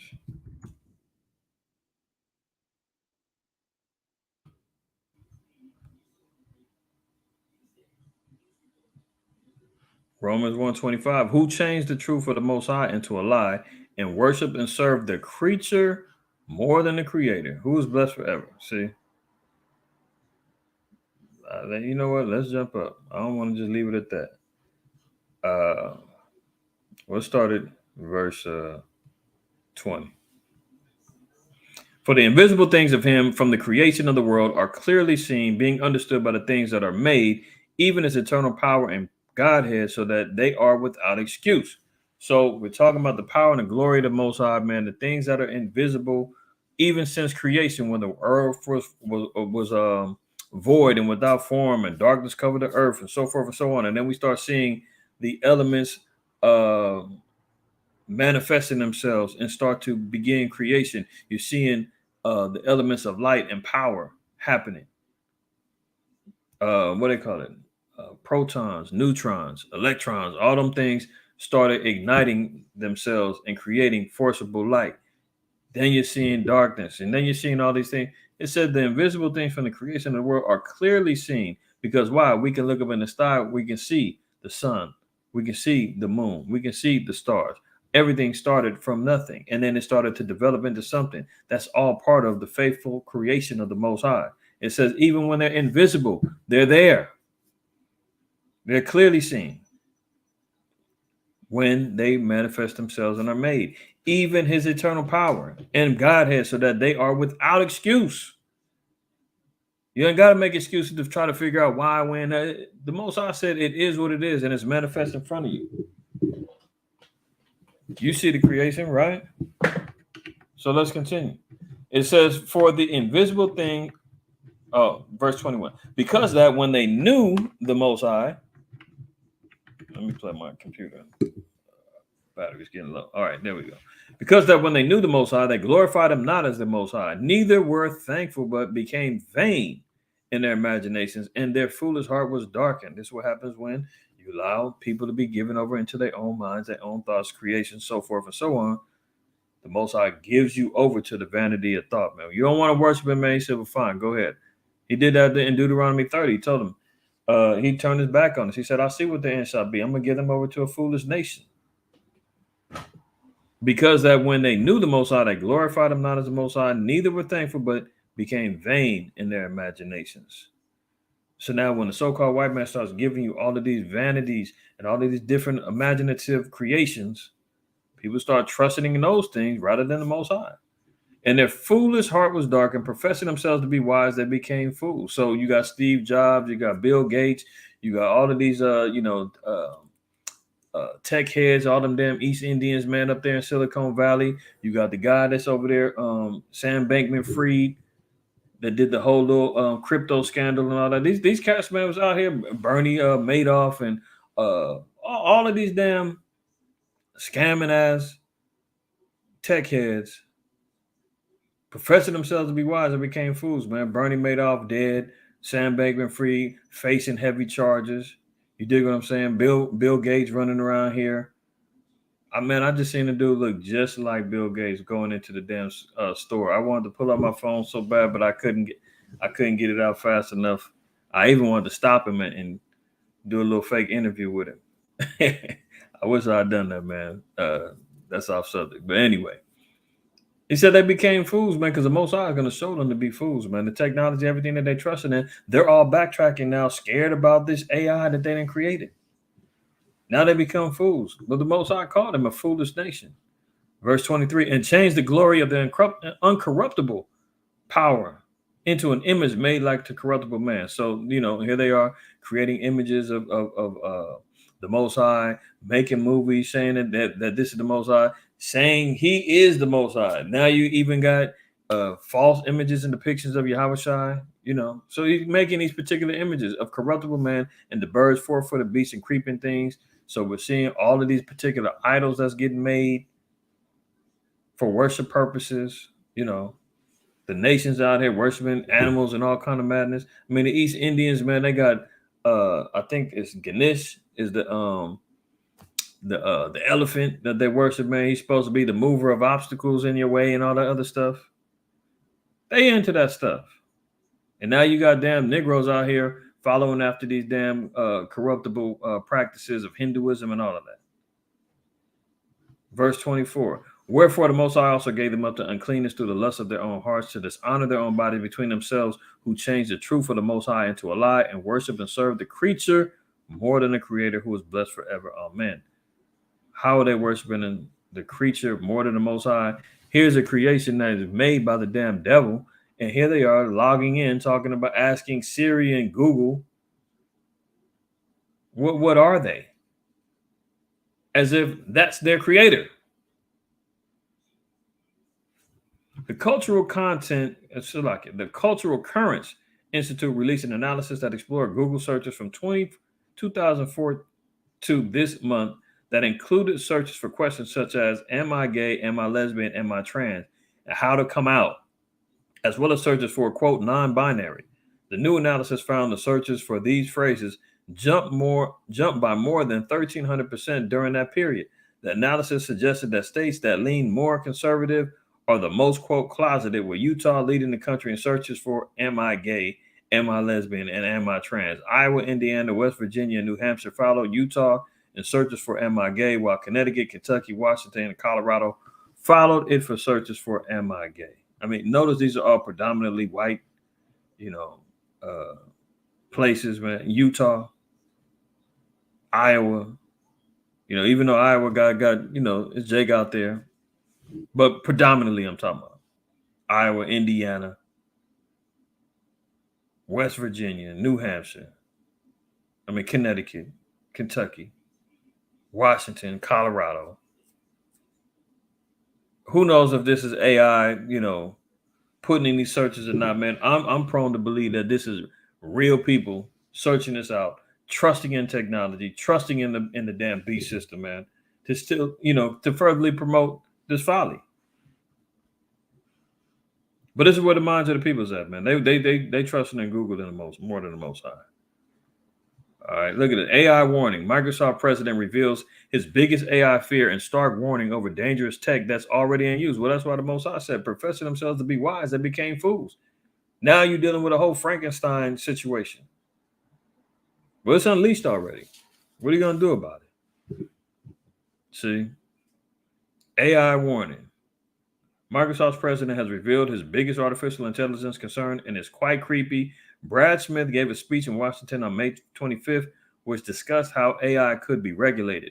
Smith's biggest concern is deepfakes made by AI that end up spreading misinformation. He said, we're going to have to address the issues around deepfakes.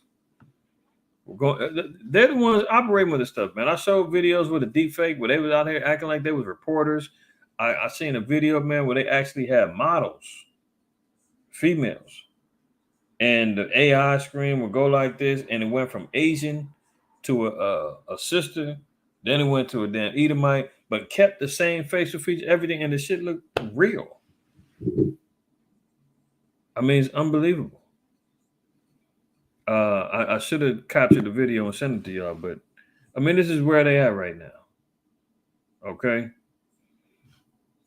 Look at brainwaves. Neuralink gets FDA approval for the first inhuman study after implant tests on monkeys played Pong with their minds.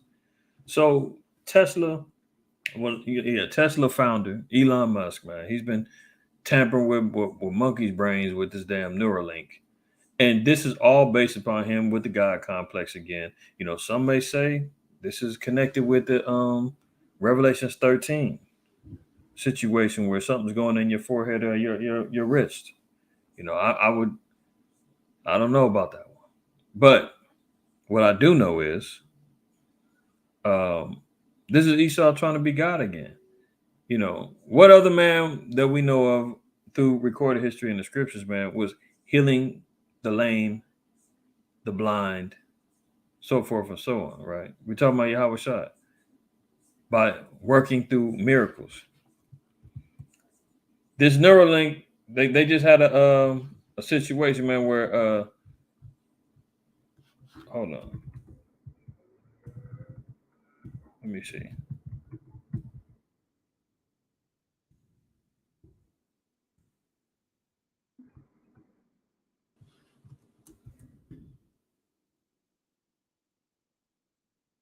I can't remember what it was. This guy, he had spinal cord implants. See, it gets masked under technology and under medicine. Damn it. They won't give me that. They won't let me see that one. New York Times. But this is it right here. Same guy. See, Esau always presents this whole thing as if it's a gift. You understand what I'm saying? Brain and spine implants enable a paralyzed man to climb stairs and walk on rough terrain. A video shows how the technology translates thoughts from the brain into electrical signals that trigger the movement.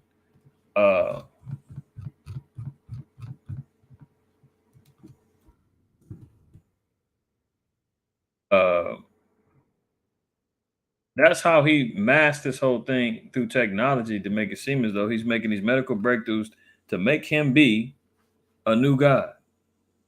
You understand what I'm saying?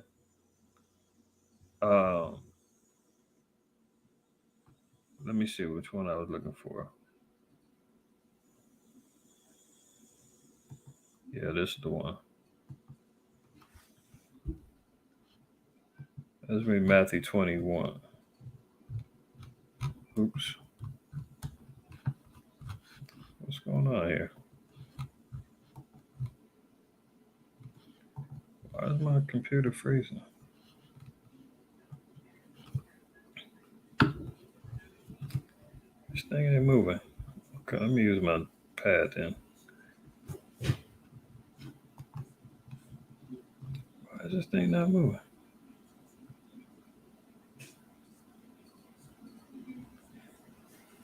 I don't know why this thing ain't. I don't know. But anyway, my mouse was tripping. All right, so Matthew 21, 12. We'll just read 12 down to verse 14 and get right to it. And Yahushua went into the temple of the Most High and cast out all them that sold and bought in the temple and overthrew the tables of the money changers and the seats of them that sold doves. Verse 13, and said unto them, it is written, my house shall be called the house of prayer, but ye have made it into a den of thieves. So we see Yahushua getting turned up, overturning the money changers, man, beating them up out of the temple of the Most High, because why? They were buying and selling, they were creating merchandise, they was doing money exchanges or whatnot at the house of the Most High. And what are they doing in modern day churches right now? Many of the same type of things, man. So, talking about Christ came in peace and, turned the other cheek, he wasn't bothering nobody, so forth and so on. No, we know that he got turned up and angry when he seen evil and sin being done in the house of the Most High. So it continued on, it says, and the blind and the lame came to him in the temple, and he healed them. So in the acts of what we're seeing here through Yahushua, he was the one doing the healing. He was the one doing these particular actions. So-called white man is thinking he can do the same thing. So this is what we see here. Brain and spine implants enable a paralyzed man to climb stairs and walk on rough terrain. He's doing it through technology. That's where he gets his God complex from. So here you see Elon Musk utilizing this Neuralink. Now, could this be a gateway to maybe if somebody is believing that's where things are leading down to? Who knows? I don't believe so, but I could be wrong. But I'm gonna show you where I see it at in the scripture. So, Brainwaves Neuralink gets FDA approval for the first in-human study after the implant test on monkeys played Pong with their minds. Elon Musk's neurotechnology company has received FDA approval to launch its first in-human clinical study. It was announced today. Neuralink was founded by the Tesla CEO in 2016, focusing on developing a brain-computer interface called the Link. Musk said the company's goal is to develop a surgically embedded neural chip implant to help disabled patients move and communicate again and possibly restore vision, healing the lame and the blind. You understand? This is what he's trying to emulate. This is all part of him, and more evidences of him being the beast, so-called white man and the beast system. We read this one last week. This Revelation 13. We're going to read 12 and 13. It says, and he exercises all the power of the first beast before him and causeth the earth and them which dwell therein to worship the first beast, which deadly one was healed. So this is talking about Rome. And America is popping up out of Rome. And it says it's going to exercise all the power of the first beast before him. So America is going to operate in the same fashion that Rome did. Rome had the whole world, the known world, in subjection. America is up the ante into a greater part of the world. So when you're looking at, well, what part of the earth, roams? Let's see.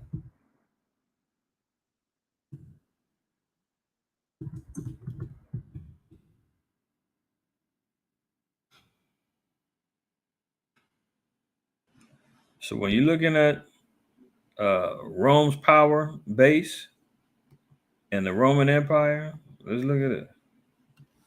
See, this is all the known world at the time. Let me see if I can find one that's you see at its greatest extent.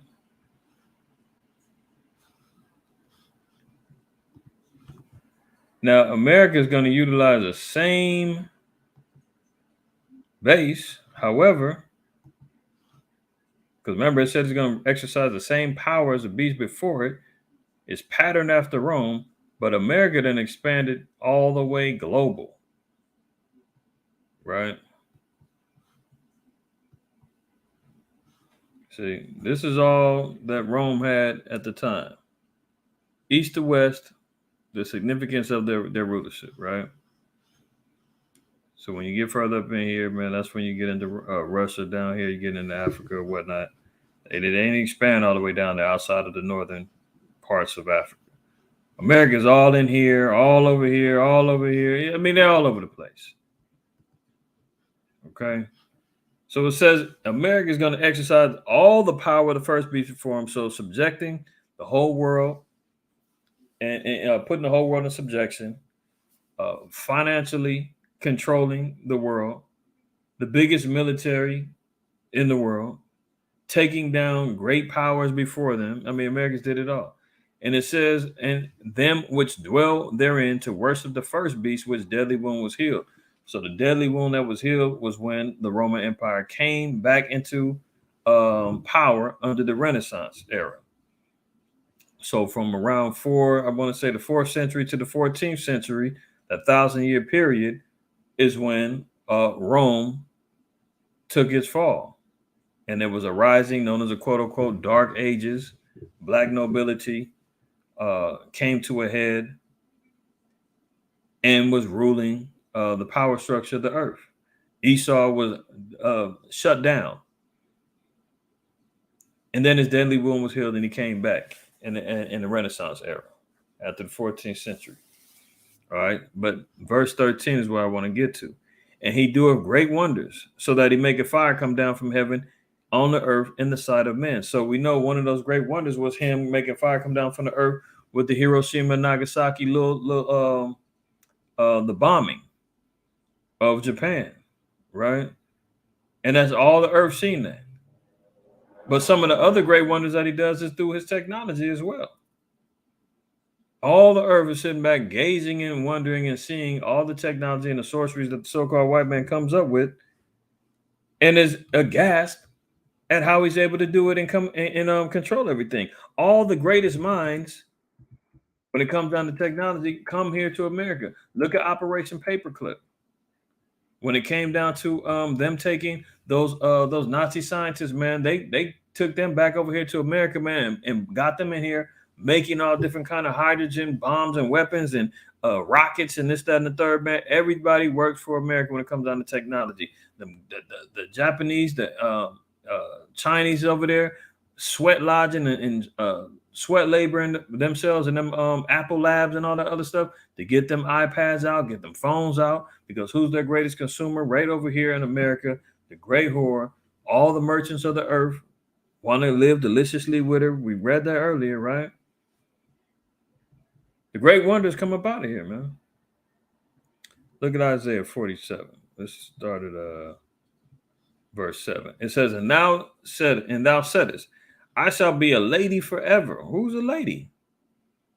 We know. Revelation 17, we talk about all the time. I always mention that great hoe. I shall be a lady forever, so that thou didst not lay those things to thy heart, neither didst thou remember the latter end of it. Verse 8. Therefore, hear now this, thou that art given to pleasures, that dwellest carelessly, that saith in thy heart, I am, and none else besides me. Well, that's the vanity of the so-called white man. That's the vanity of America. They dwell carelessly. They feel as though nobody's going to touch America. Can't nobody touch them militarily, and they can't as of right now. And they say that in their heart, I am and there's none besides me. They don't care about the Most High. They don't. They think they're going to elude judgment. They think that they have a military strong enough to take on Christ and the angels.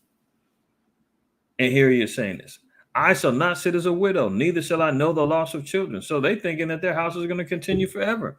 Isn't that what Psalms tells us? I think it's Psalm 48. I think it's Psalm 48 and 11. No, that's not it. 46 and 11, I believe. Let's see. Let me back up. That ain't it either. Why am I losing my memory on that? The houses shall continue forever. Let me check my. Let me shift my brother here. I definitely want to precept that one. It said they're not gonna know the loss of children. White man says he's gonna dwell and live on forever. 49 and 11. Tripping. I knew it was 11. I knew it was 40s. 49 and 11. Look at it. The inward thought is that their houses shall continue forever, and their dwelling places to all generations. They call their lands after their own names. Well, that's the so-called white man. When he colonizes, he's calling the lands after his name. He says he's not going to know the loss of children. He's going to be continuing on forever. See? Reading verse 9 again in Isaiah 47. But these two things shall come to thee in a moment, in one day, the loss of children and widowhood. Oh, you know what? Let me read 8 one more time. Therefore, hear now this, that thou art given the pleasures, that dwellest carelessly, that saith in thy heart, I am and none else beside me. I shall not sit as a widow, neither shall I know the loss of children. That's going back to Psalms 49:11. He says that his house is going to continue forever, right? They call the lands after their names. Verse 9, Amerigo Vespucci, right? All of the above. But these two things shall come to thee in a moment, and in one day, the loss of children and widowhood, they shall come upon thee in their perfection for the multitude of thy sorceries and for the great abundance of thy enchantments. So that's what I'm talking about. The enchantments that they have everybody entranced within the technologies, locked in, addicted to phones, addicted to everything else, man.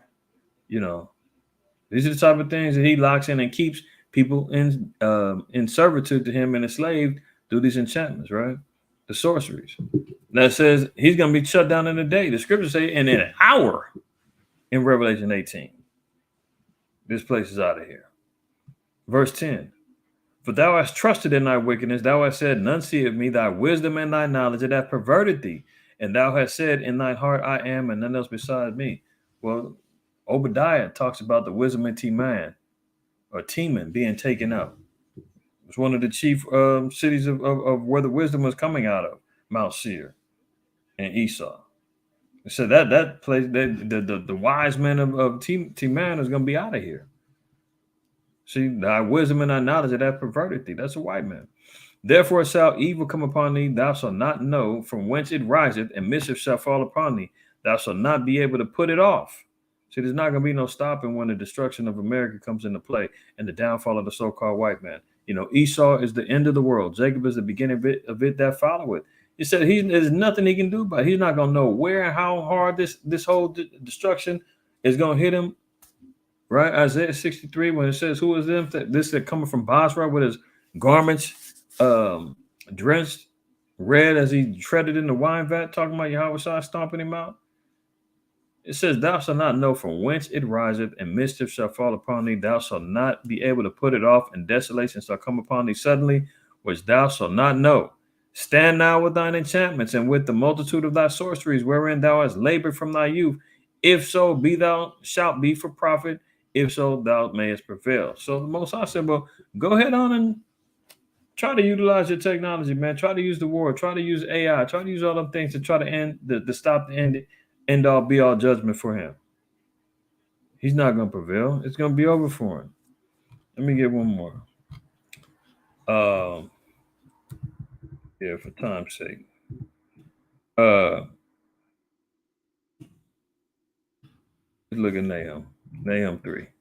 It says, woe to the bloody city. It is full of lies and robbery. The prey departeth not. So look at that. Woe to the bloody city. It's full of lies and robbery. Talking about America, you know. You can say, well, no, that was talking about Assyria and Nineveh.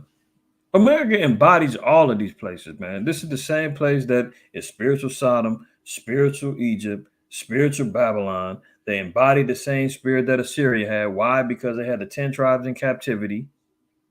You understand what I'm saying? So this is the bloody city where the blood of the saints has been leaking all over this land for millennial now, full of lies and robbery. I mean, do we have to talk about those things? Stolen lands, stolen broken peace treaties. You understand what I'm saying? Bloody city. We just got through seeing the little young brother. I didn't catch his first name. His last name was Murray. Little 11-year-old brother over there in Mississippi, man, shot by the cops. Woe to the bloody city. And it says the prey departeth not. We're not leaving. We have to be delivered up out of here. We were the prey. We were the ones that got victimized. Look at this, verse 2. The noise of a whip. Anybody want flashbacks to those things?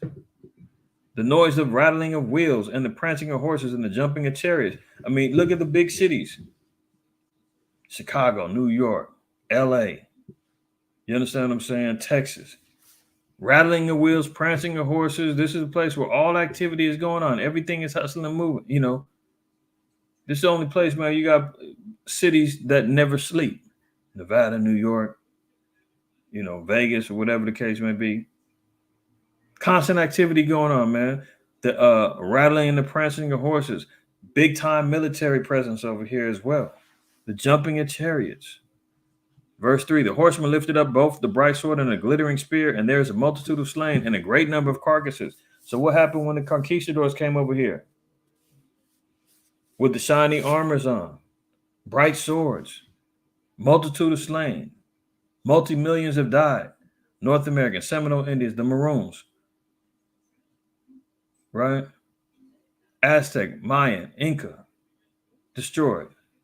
Multitude of slain, a great number of carcasses, and there is none end of their corpses. They stumble upon their corpses. Verse 4, because of the multitude of the whoredoms of the well-favored harlot. Well, who's the mother of harlots? Yeah, you guessed it. We're here. The mistress of witchcrafts. See, this is how she does the damn 3-card Monty in everybody's faces, man. A sleight of hand telling you one thing, telling you it's to the left and it's really to the right. Utilizing the technology. You just heard about the damn head of Microsoft saying he's concerned about AI and deep fake technology and misinformation coming out. I mean, he's created these damn Frankenstein techs. Algorithms out there controlling everything. People logging in, asking the damn thing if you're gay or not. I mean, come on. The mistress of witchcraft that selleth nations through her whoredoms and families through her witchcrafts. We're here. And now they want to be God. They want to be like Yahweh Shai. They want to run out here and say, well, I have the power to heal too. I can heal the blind. I can heal the maimed and the lame. Here, just get this little implant in your head, man, and start thinking that you can walk again and you good. You know how many times they shut down this technology, man, because it was jacking up the rats? And the good old FDA, the same ones are telling you that you can eat cloned meat. The same ones that's talking about you can go eat these lab-generated pigs and everything else. The same ones who's out here giving the okay for warp speed for people to get poked in their arms with that thing that got people jacked up. You know what I'm talking about? Oh, these are the ones that are saying, oh, yeah, this is great. Imagine that. More of the God complex of the so-called white man. This is what this is about. Musk said the company's goal is to develop a surgically, I think I did read it, but I'll read it again. To develop a surgically embedded neural chip implant to help disabled patients move and communicate again and possibly restore vision. So he comes in as the savior. You know, it's good. It's for your good. It's for health. It's for restoration. Don't worry. I got you. You don't need to pray to God no more. I am God. Pray to me. This is the result of incredible work by the Neuralink team in close collaboration with the FDA and represents an important first step that will one day allow our technology to help many people. Neuralink tweeted. Recruitment is not yet open for our clinical trial. We'll announce more information on this soon. So, you know, the FDA says it's a go, but they haven't started recruiting anybody and bringing anybody in for this. But they did have one little lab rat, the guy that, you know, had a spinal implants put in, and he's walking now. So let's go figure. I'm not going to talk too much about finance on the Shabbat, but, you know, go look into this. Citigroup is projecting silver to go up to $30 in the next 6 to 12 months, which is only indicative of what's that mean for paper money. Precious metals, you look into it, man, you'll find out. That's favorite for those who, you know, invest in them things. Bad news for those who's worried about stocks and, you know, paper. But I'll move on. Y'all can do your own research on that. That's just a little tidbit to, you know, let y'all chew on something, you know, after the Sabbath. Look at this. Esau back with his damn lies, man, and changing history. South Carolina town uses white models to advertise Juneteenth celebration. I'm reading that right. South Carolina town uses white models to advertise Juneteenth celebration. Cringeworthy banners spark anger from black residents who say the town is gentrifying emancipation holiday. Here they go right here. Juneteenth, an upstate celebration of freedom, unity, and love. See how they co-opted it now? White folks now have taken Juneteenth. I mean, you talk about the damn devil, man. I mean, come on. Is nothing sacred anymore? Nothing. You know how people, you know, you want to talk about the emancipation of the slaves, or the end of slavery in Texas, I believe, was what Juneteenth was about. I could be wrong. I can't remember the history on that right now. I'm trying to find a what's that scripture about the heathen painted the likeness of the images? First Maccabees 3, I believe. Let me double check. And it should be 3, or is it 4?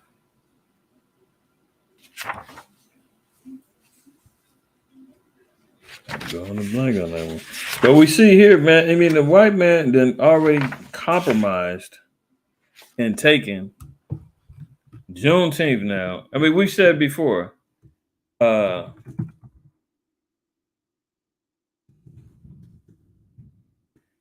you leave it to the so-called white man, he will say that Michael Jackson, well, that's a bad example because you will say he is white. Michael Jordan, Kobe, LeBron, you know, whatever your favorite entertainer is or whatnot, man, he gonna say that was him. He will change history and say, no, that's me right there. Yeah, 348. Why didn't I see it? Give him enough time, man. He will change the history. First Maccabees 3:48, and laid open the book of the law, wherein the heathen has sought to paint the likeness of their images. So it is the same spirit on these damn people, man. That's why the Most High said, prepare slaughter for his children, for the iniquity of their fathers. That's why they be so quick to say, it wasn't me, I wasn't there. You still carry the same damn spirit that your ancestors did in Greece and Rome and so forth and so on, man. Loving to paint your images in our books.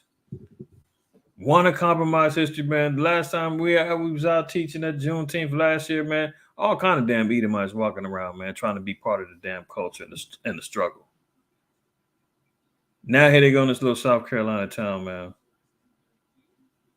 Now they are there talking about Juneteenth is about them. Greenville, South Carolina has unveiled a series of banners in their town promoting their Juneteenth celebrations. One of the banners went viral, showing a white couple. People asked why white people were used to advertise a black festival. The organizer, Reuben Hayes, apologized and said the poster was designed to make the commemoration more inclusive. See, slobbing on the knob of the damn heathen, man, and the so-called white man, you're white zaddy, man. You damn, We got to include them too. Why? It didn't. Y'all see the folly, man. I'm not going to spend too much more time on it. But again, we see the spirit reincarnating itself. This is how he does it. This is how he changes history. This is how he inserts himself into our business to make it about him. Whitewash. Urgent warning over vapes as shock investigation reveals gadgets puffed by kids can contain dangerous levels of metals like lead and nickel.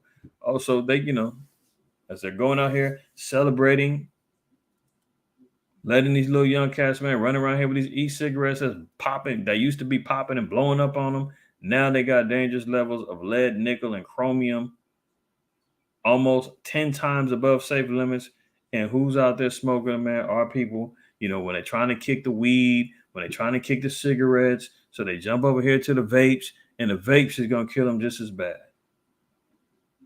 Out of the frying pan into the fire, man. Anybody vaping, man, you better share this article with them and tell them they better knock it off.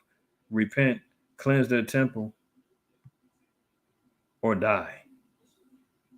Either by the Most High or by the damn white man who got you hooked on them. JP Morgan to cut 1,000 First Republic workers just 1 month after taking over the failed lender.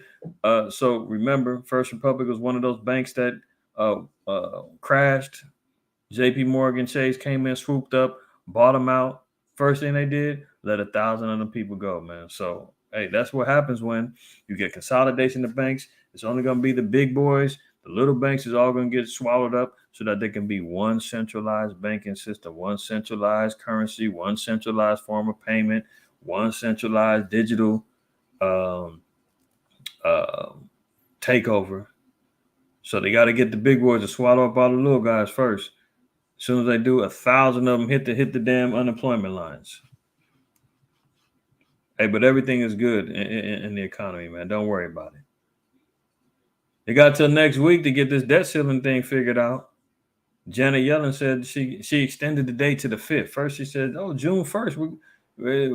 We don't know how we're going to pay the bills past June. Now she giving them to the 5th. All the talks are stalled. All the talks are jacked up, man. I'm really interested to see what will happen when and if they don't increase the debt limit. They got to do it. They ain't ready for the whole thing to just collapse yet. So they'll probably wait till the midnight hour and come with some little last ditch effort to save the economy. And it's probably going to be some temporal thing just to get them to the end of the year.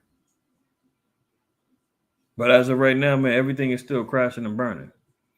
Look at this. Corporate bankruptcies are creeping up as pressures in the economy grow. Look at it. Target.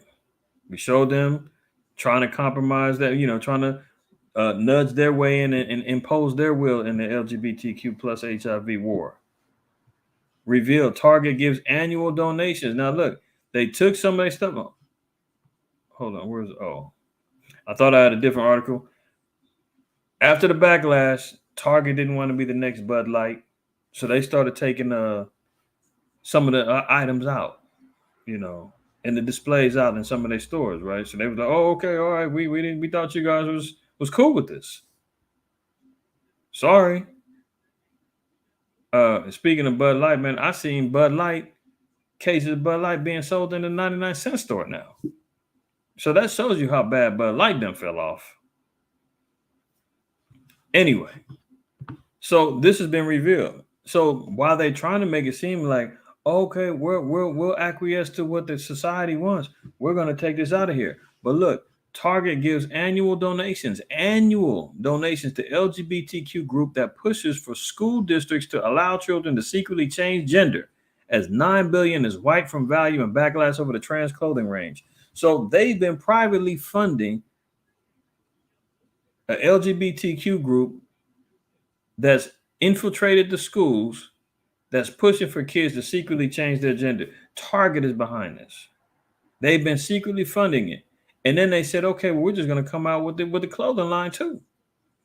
Clothing line gets shut down, but they've already funneled into the system the funding to help keep pushing this agenda. Boycott Target. If that's your little favorite store, man, find another one. Find another one, man. That's the essence of what we read first earlier. When he speaketh fair, believe him not. The 7 abominations. Hello. He said, "Oh, we're gonna take we'll take the clothes out." Yeah, but meanwhile, they still funneling money in there to continue on with the agenda. That's the damn devil for you. But look at this: order surge for trans designer after Target pulls his product. So the transgender designer that created them damn clothes, orders is up for him. Imagine that. Transgender designer Eric Carnell has seen a surge in demand for his pins, prints, stickers, and t-shirts after U.S. retailer Target Corporation pulled his products amid backlash by some customers to its, quote, Pride collection, he said on Thursday. Target's Pride collection included more than 2,000 products from clothes and music to home furnishings, and while several are under the review, the only ones removed so far, its website and stores, are from Carnell's brand, Apparelin. So he's claiming, oh, sales is up. Since nobody wants from Target, they'll get it from me, as if there's a huge demand for this stuff. Why do they do that? Does the Most High exist? Only half of Americans say a definite yes. So we see that the Most High has been removed slowly but surely out of the minds and the thoughts of the people. This is why it's so hard for, not necessarily hard because our people is waking up like crazy, but to be able to spot the 2/3 of our people is even more evident now, because they're under the enchantments of America. White man is their God now. Look at Psalm 14:1. The fool have said in his heart, there is no God. They are corrupt. They have done abominable works, and there is none that doeth good. So this is why half of America is saying they don't even believe in the Most High no more. Still wonder if America is going to be judged and be destroyed? Look no further. They don't believe in him here. Why should it exist? You got guys like this. Mormon cult leader is accused of taking children as young as 9 as wives, as 11 members of his polygamous sect are charged with sex trafficking minors. Well, that's par for the course, man. Joseph Smith's youngest wife, I believe, was like 14. So, yeah, it's a cult. But they're in a cult of pure wickedness. Sex trafficking minors and the whole nine. Out of Utah, you know how they do. They just got to saying Utah was the biggest state, man, where they're all confused over there. Logging on to Google asking what's their sexual orientation. Mormon cult leader Samuel Bateman was arrested last year after he was caught towing a trailer with 3 underage girls inside. Members of his group are now facing 51 felony counts. A raid on Bateman's property last year by the FBI found evidence of child sex trafficking, incest, and group sex involving both adults and minors. You know where I'm going. You know where I'm going. Hebrews 12:16. Lest there be any fornicator or profane person as Esau, who for one morsel of meat sold his birthright. It said, man, lest there be anybody on record that can be a greater fornicator or profane person as Esau, find one. Here you go right here. Incest, group sex, sex trafficking, got a 9-year-old wife. I mean, good Lord. What's next? Catholic clergy sexually abuse Illinois kids far more often than church acknowledges. State fines. Oh, more states. I mean, it's constant with these people, man. Almost 2,000 kids between 1950 and 2019 in this Catholic church in Illinois sexually abused. And look at this. More than 450 Catholic clergy in Illinois sexually abused nearly 2,000 children since 1950. Do you see how it's not just it's just a couple of people, man? These are demons plaguing these damn dirty ass priests. 450 of them.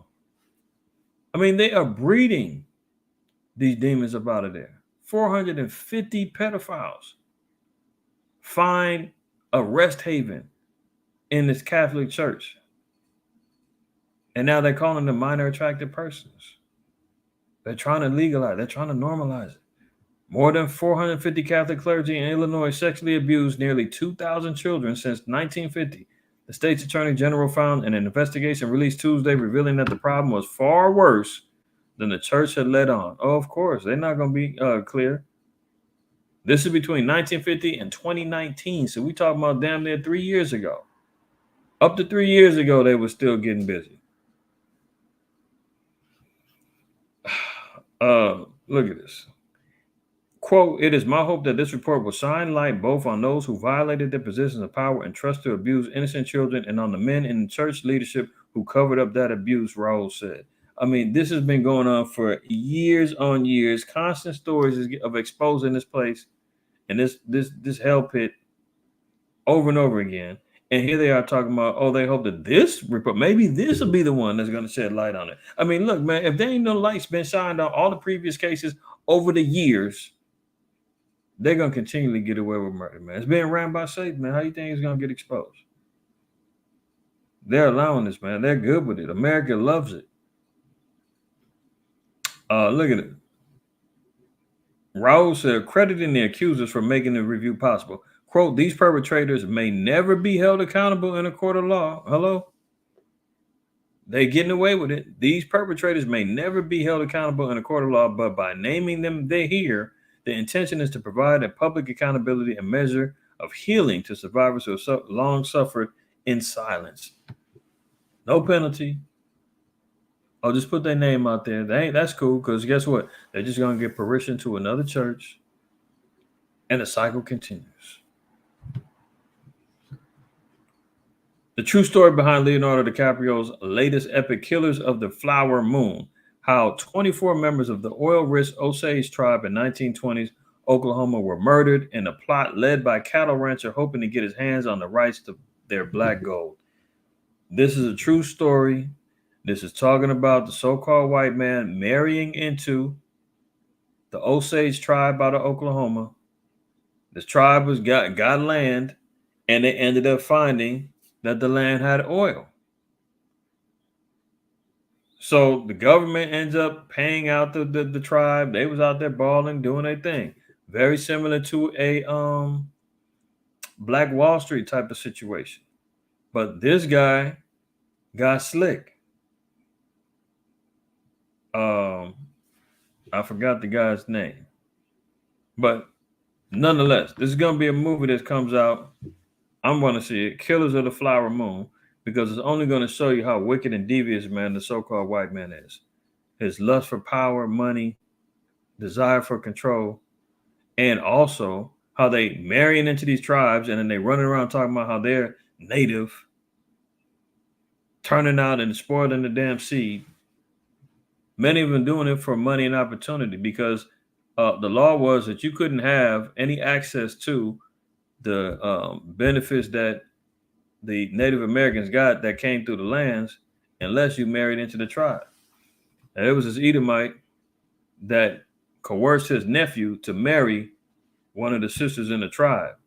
And then they start killing off all of her family to where she was going to be the last inheritor of all of the, the money and whatnot. And because he was married to her, he would then have access to this money, and then it was going to be spread to his uncles and all that. But this dude is wicked as hell. Look, in the town of Fairfax, Oklahoma, the fact that life was good for the Osage Indians in the late 1800s might have seemed to some like sweet justice. For the reservation they had been shunted the decades earlier had turned out to be brimming with oil, and the tribe put it good use by building mansions, buying cars, and sending their children to private schools. So I got to do a little more research on the Osage tribe. I'm not sure if they were part of the Trail of Tears, but it would only be fitting if they were one of the tribes that came out of Mississippi and down there in the Delta that got forced up out of the land under the Trail of Tears and the Indian Removal Act. If they got shipped up to Oklahoma, found some land, settled in, and that land ended up having oil, and they got paid off it, that would be, something else, a real turn of events for the Most High. But even when that happens, man, you see what the white man does. The white man said, no, that's mine. I'm going to kill to get it. So reading on, it says, but by the time the 1920s came around, at least 24 of them had been murdered by being shot, poisoned, and blown up, and no one knew who was responsible. But if you continue reading on the article, maybe y'all can. I don't know if I know they said that they did a film. They did the review at the Cannes Film Festival of recent, and it did really well or whatever. So it should be in the theater sometime soon. But look up this incident about the Osage tribe, man. And I should have had the article was pretty long, so I didn't get a chance to get the guy's name, the Edomite that did it, and his nephew, and then he was paying out some other cats, man. They schemed on these brothers and sisters out the Osage tribe, man, because he was starving to get that oil and wanted the money. So he had an arranged marriage. We got his nephew, man, to seduce this Native American sister, man. Married her, and it was all a plot to get in there, man, and get access to the wealth and to the oil, and was killing off the Indians as he was doing it. Archaeologists discover a lost world of 417 ancient Mayan cities buried in remote jungle, connected by miles of superhighways. This goes into showing our people being a special people, man, a peculiar people. Seeing how the spirit of the Most High, Jacob being a former of all things, as the scriptures say. I'm just quoting some highlights of the scriptures for time's sake. But you got Mayans, man, our people down there, 417 cities interconnected by 110 miles of, quote, superhighways. They were talking about our people was the first ones to make freeways and highways. They just found these things buried in in the jungles. White men said, "Oh, they were savages over here, killing each other, cannibalizing and eating hearts and doing all kind of man." Our people was sophisticated over here, man. Building civilizations and irrigation systems with gold and vast agricultural knowledge and whatnot, man. A systematic government. I mean, what the hell was he doing? That's what made him so envious, just like we just seen earlier, man, with the Osage tribe, so envious of what our people had and how we was living, man. He had to have it. So it says, scientists in Guatemala have discovered the first freeway system in the world. The Washington Post reports archaeologists have found ancient Mayans built 417 cities interconnected by 110 miles of, quote, superhighways. Historians to rethink what they know of ancient Mayan civilization. So now they got to come back with a whole new spin on what was going on with the Mayans.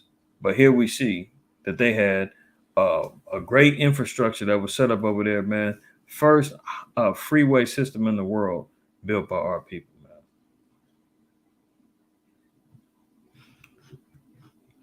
man. See, this is Esau being a foolish nation. I'm gonna wrap this up.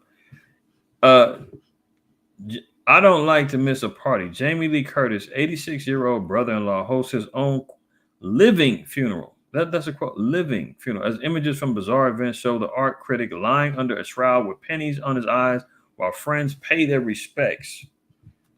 I quoted the scripture earlier, man. We're going to go there real quick. Deuteronomy 30. And the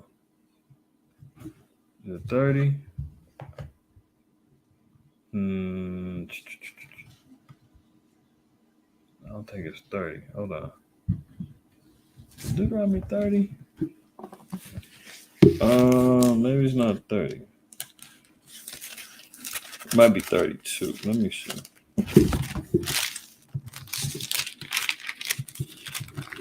Not 30. Why am I tripping? It's 32. And 20.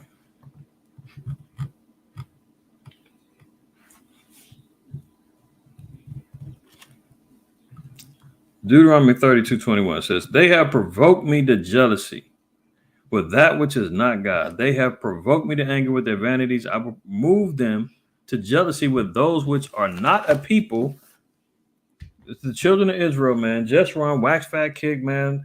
Neglected the Most High, man. Moved them to jealousy. We start idol worshiping, following after our own ways, creating false gods, so forth and so on. Our own vanities, trusting in our own wisdom. And the Most High said we're going to be jealous with those which are not a people. The Most High recognized the so-called white man. He's not a people. I brought out years ago about the definition under the Oxford Dictionary. I think it's circa 18 something, where it says that a Caucasoid, Caucasian, is a subhuman species. Subhuman, meaning below. When the Most High said he's not a people, that's by his own definition. I got to show that again one day.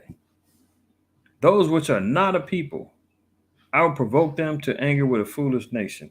Why do I bring that up, man? When we see kind of the foolishness that the so-called white man does. I mean, he used to have a show back in the 90s and the early 2000s called Jackass, which pretty much is being emulated by many of the youth nowadays, man, where they're all running around here doing anything to go viral.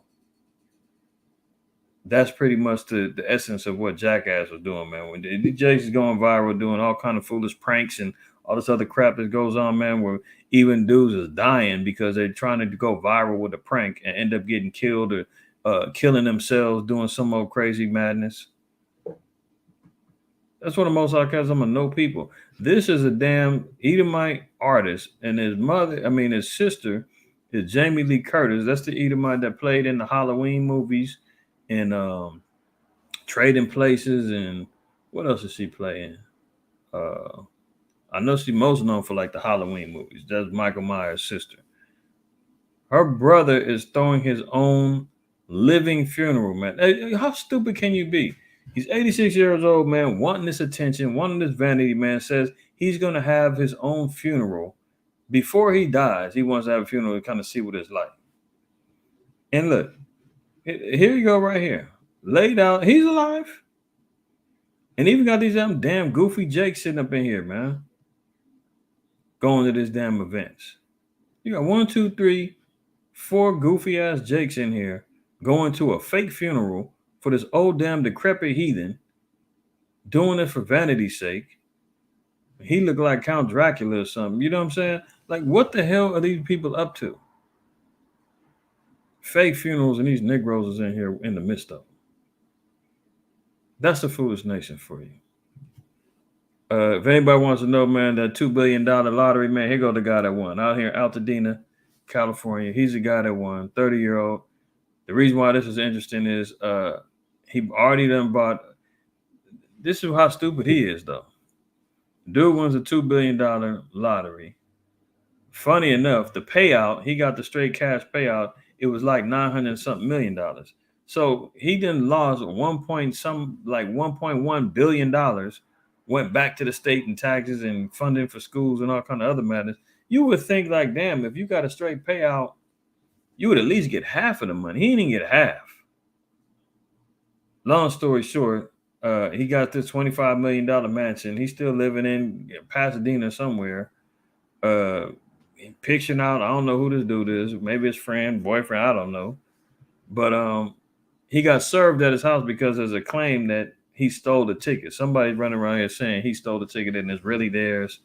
But it just goes to show you, man, that even when they tell you, oh, you're winning $2 billion, he really got 900-something million, which ain't nothing to sneeze at. But still, it's like, damn, how much can they just rape you and lie about? You win $2 billion, but it's not really $2 billion. You only get 900-something. And then more money, more problems, as Biggie would say. You get it.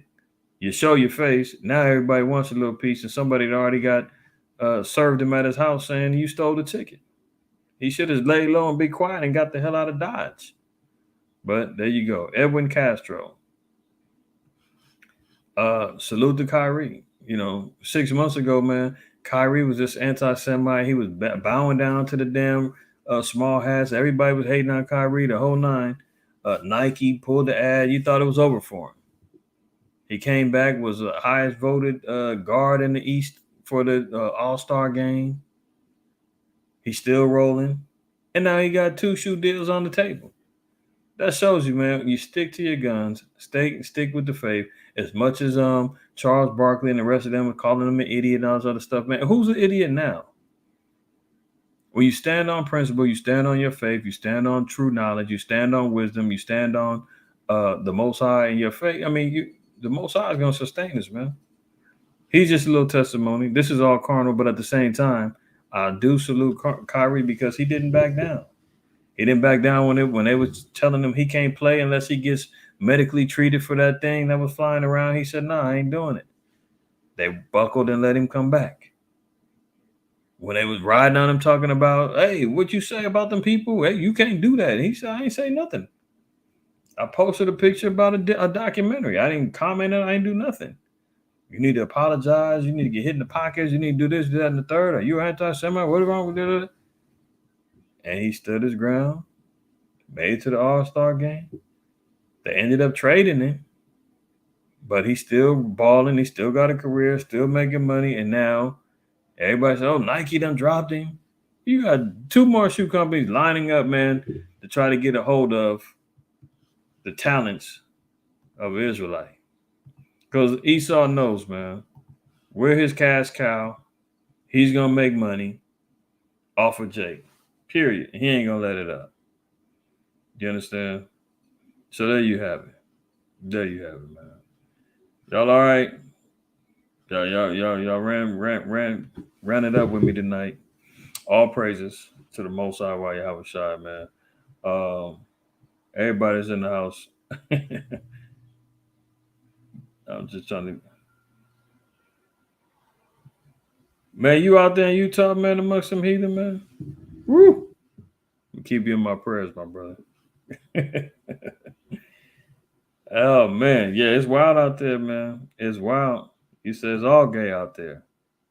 Yeah, Utah is wild, man. Utah is wild. You out there amongst the that's like a whole state of a damn cult following. Wow. But yeah, that's it, man. All praise, honor, and glory to the Most High while y'all was shot, man. Y'all always remember, man, fear the Most High, keep the commandments, man. Got Pentecost coming up. We'll be observing next weekend, 3rd and 4th. That's gonna be good. It's gonna be epic. Mandatory for all the men. So make sure that you are preparing yourself for the congregation for your convocation. We'll be live tomorrow, 4 p.m. Closing out the Shabbat. Join us. All right, Messengers of the Covenant. Right here, right now. If you haven't subscribe to the channel, man. Make sure that you hit the notification because I'm getting told people ain't getting notified. They're clicking things off. All the games is getting played over here, man. But it is what it is. All right, y'all be well. Enjoy your Shabbat this evening, man. Get you some rest in. Join us tomorrow around 4 p.m., man. If you ain't got some nothing else going on, lock in with us. All right, I'm out of here, man. Y'all be well. Take care. Shalom.